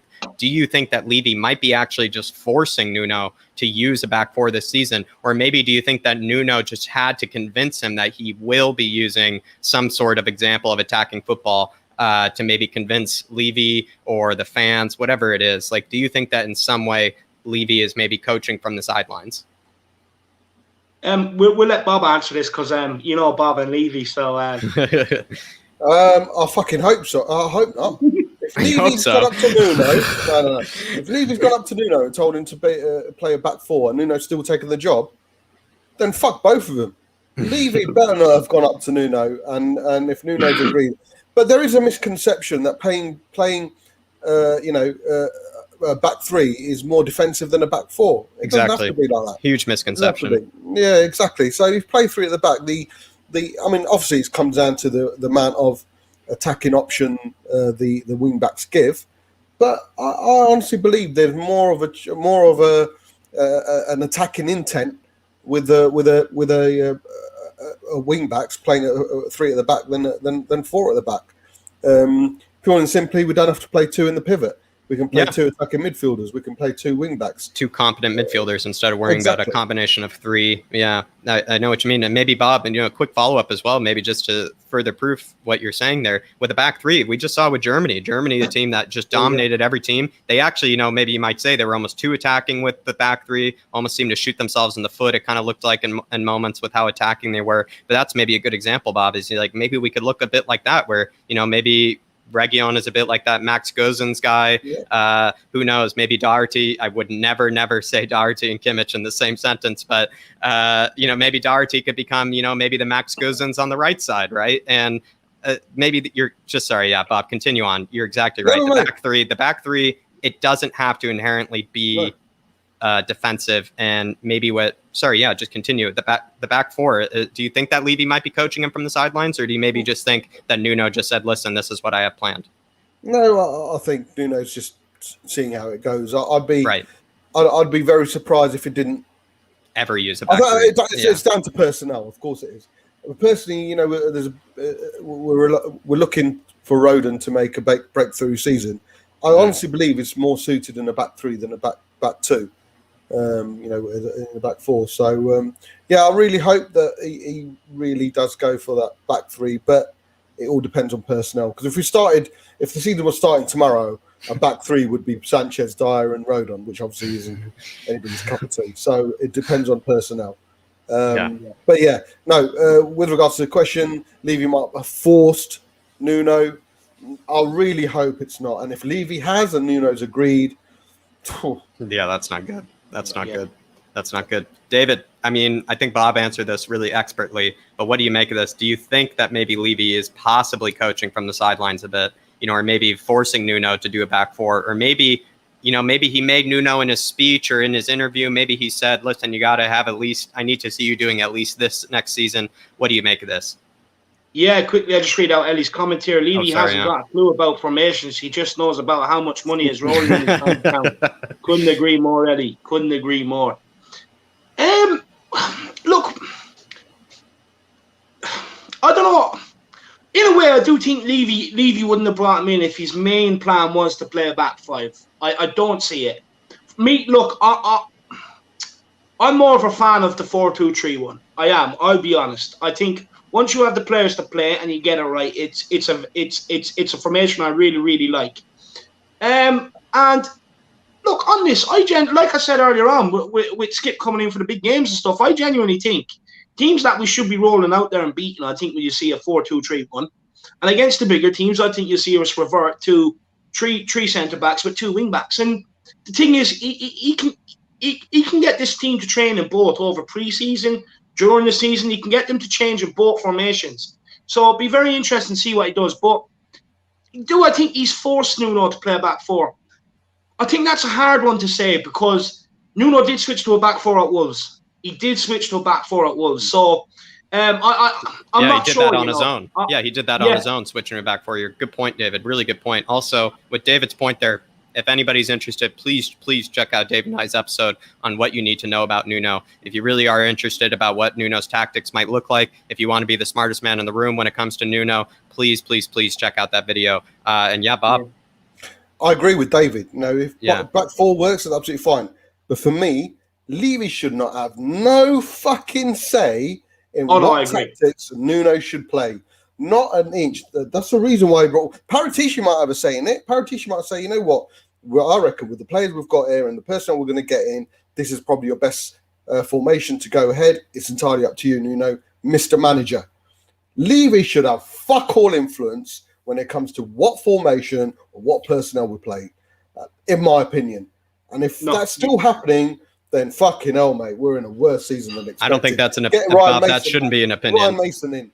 That shouldn't even be an opinion. Having the owner, dictate, things from the sideline. If that's what the owner wants to do, if he wants to coach the team, then might as well just hire himself as manager. So, Bob, you're more than right. You're absolutely more than right. And guys, that's the end of the show. There, that is the absolute end of it all. To be honest, I think some very class answers, maybe a bit different. Wasn't as much about transfer rumors. It's a bit more just about, what, we've been seeing from training, what we've been seeing from some of the rumors around Nuno and the squad. I think you guys really answered these quite expertly. And so I will plug Bob here, who absolutely gave some class answers today. Bobspur, where can the people find you? You've been absolutely class. You've been giving us your time for these episodes, for these Kanicki's Answer Me's. How can they find you? Where can they find these beautiful answers more? Bobspur TV. I did a little show yesterday. Got an Italian views on the Euro final, and we really went into the racism within football. I do In the Wall show 10 o'clock Saturday nights, and the 9 at 9 shows on Thursdays, and that's about it. I'll do streams where I've left the Spurs content for a while. But I think this Saturday we might be going back into Spurs in the Wall show. But let's just see. Maybe I need a week off before we delve into the whole Spurs thing. So Saturdays and Thursdays normally. Look, I think a lot of us will be taking a week off before the season starts. Yeah. It's been a crazy summer. I think a lot of us were looking, thinking that we'd have a lot more time over the summer. But with the manager search and everything else, we haven't been afforded that. But I just want to say to everybody, just quickly, actually, what's the story says? Levy is everywhere, lads. He won't be long getting into Nuno's head. He's a fucking vampire, 100%. Couldn't agree more. But look, with Bob, guys, what I will say is, the guy's incredible at what he does. If you really have enjoyed his answers here today, which I know I have, very insightful, knows his football, please do get over to Bobspur TV. Make sure you smash the subscribe button. He's so close to 1K. He's so close. So every subscriber he gets is a big plus, and he's grateful for. He puts out great content. He helps so many. Look, he helps me a lot with thumbnails and graphic stuff that I can't do. And he also finds the time to go on everyone's show. So look, everybody, please get over there and subscribe to Bobspur. I guarantee you won't be let down. You really do enjoy the content he brings out. And he brings on a lot of guests that I would say you don't really see on a lot of other channels. So make sure you do get over there and check it out. It's absolutely top quality. And big up, Bob, my man. Thank you very much for your time today. And the description for Bob's channel, you don't even have to type it in. If you want on YouTube, it's Bobspur TV, but you don't even have to type it in. The link, as always, for all my guests is always down below underneath the video in the descriptions. So all you have to do is go down and check it out, Bobspur TV, smash that subscribe. What I will say is big up Jack as well for taking the time out today, coming up with the questions for the show like he always does, and being a magnificent host. So thank you, Jack. Big up. Thank you, David. Thank you, David. And honestly, thank you guys, especially, considering that Marcelo, he was kind of there for, the beginning, the hot questions. He was there for the big debate questions. And then you guys had to finish it out. You guys had to see the rest out of the 90 minutes. You guys were holding it down from the back. To be honest, the best center back pairing I could have for Kaniki and me, to be honest. And so you guys absolutely knocked it out of the park. Thank you. No, absolutely love it, Jack. Thank you so much for the time. Guys, before we do end off, I want everyone to get in the comment section. Let me know if you do like the format where we bring up the questions on screen so that you guys can see them. Let me know if you do like that format. What I will say is make sure you stay tuned to the Irish Hotspur. I have so much stuff planned for the new season. It's already more or less locked in, ready to go. Some very, very interesting shows, some new ideas. And look, let's see what you make of them. I'd like all the feedback on the new ideas. If there is anything you want us, me or Jack to cover, make sure you do let us know. You can at me on Twitter, you can email me, or you can even put it in here. Just let me know, if there's anything you want me and Jack to do, stuff like that. I don't want to give too much away of what is coming, but trust me, you are going to enjoy it. And yeah, sorry, Jack, did you want to say something there quickly? No, not at all, David. No, I think you were saying it just right. I thought you were putting your hand up. I thought you were putting your hand up too. Probably just itching something there, David. I apologize. No, but like David said, we have plenty of things coming up. We don't want to get too much into it because it's still in the works. But to be honest, everybody, let me know. Yeah, this was kind of something I wanted to add. David brought it up. Thank you for bringing that up, David. If people really like that, I did kind of want to do this. Some of my questions are very long and complicated and unnecessarily long and complicated. And so I will try to put these questions up on screen for you guys because I really do want the chat as well to be able to see some of these questions and respond to them themselves. So yeah, if you guys like that format, please let me know. DM me on Twitter, if any suggestions for this show that you might want to see. I'd be happy to take them because, to be honest, I really would like to know what you guys think of this show and maybe how it can be improved because there are always ways to improve it. And so please let me know. And yeah, let me know if you guys enjoyed maybe seeing the questions that I write out for the panelists themselves so you guys can answer them because if you guys are able to see them, gives a bit more pressure to the panelists, to turn out the good answers because I know the Harris Army can give just as good answers. So honestly, everybody big yourselves up and please let me know, on Twitter or anything, any new shows that you want to see, any kind of, suggestions you would give. I'd be happy to listen to them. No, absolutely. Love it. Love it. So guys, there you are. Get in contact. Let us know. We're always looking to improve here. So if there's any things you want us to improve on, do let us know. We're open to everything. We will never shut you down. To you, the Harris Army, one thing I will say, it's magnificent to have so many of you back. I think a few of you must have took a break over the summer and stuff like that. But it's great to see you all back here. It really is. With Tottenham rolling into the new season, Leyton Orient, Saturday, 3 o'clock. That's when the new season kicks off. The first 3 friendly games, Leyton Orient, I think it's Colchester or Shrewsbury, one of them. And then MK Dons. They are all free on Spurs TV. So you can catch them 3 pre-season games on Spurs TV, on YouTube or whatever. So make sure you get on and you can watch them games. Keep an eye on these youngsters. It's been amazing to have you all back, lads. I'm absolutely delighted. Big up the Harris Army. I absolutely love you all. These shows wouldn't happen without you guys. Big up Bob. Big up Jack. Tottenham are back, baby. Let's fucking have it. The new season. Come on, you Spurs. And in Nuno we trust. And quickly, thank you so much to everybody who supported the channel today. Really do appreciate it. Make sure you do smash a like on the stream. Subscribe on the channel if you're new. And guys, please, I want to see so many people back in the comments underneath these videos. I really do. We used to get like hundreds of comments. I want to see them again. It was partly my fault. I wasn't responding. I had so many things to do. But I'm a lot more organised going into this season. So I have more time to dedicate myself to respond to you guys and everything else. So please do get the comments in underneath this video. Let's have an absolute hoot. In Nuno we trust. Come on, you Spurs. We're back. Come on, you Spurs. Big up game Saturday. Big up Leyton Orient. We're going to get them big. And quickly, Delts Gaming, if you're out there, get in contact. I want to know who you are. Yeah.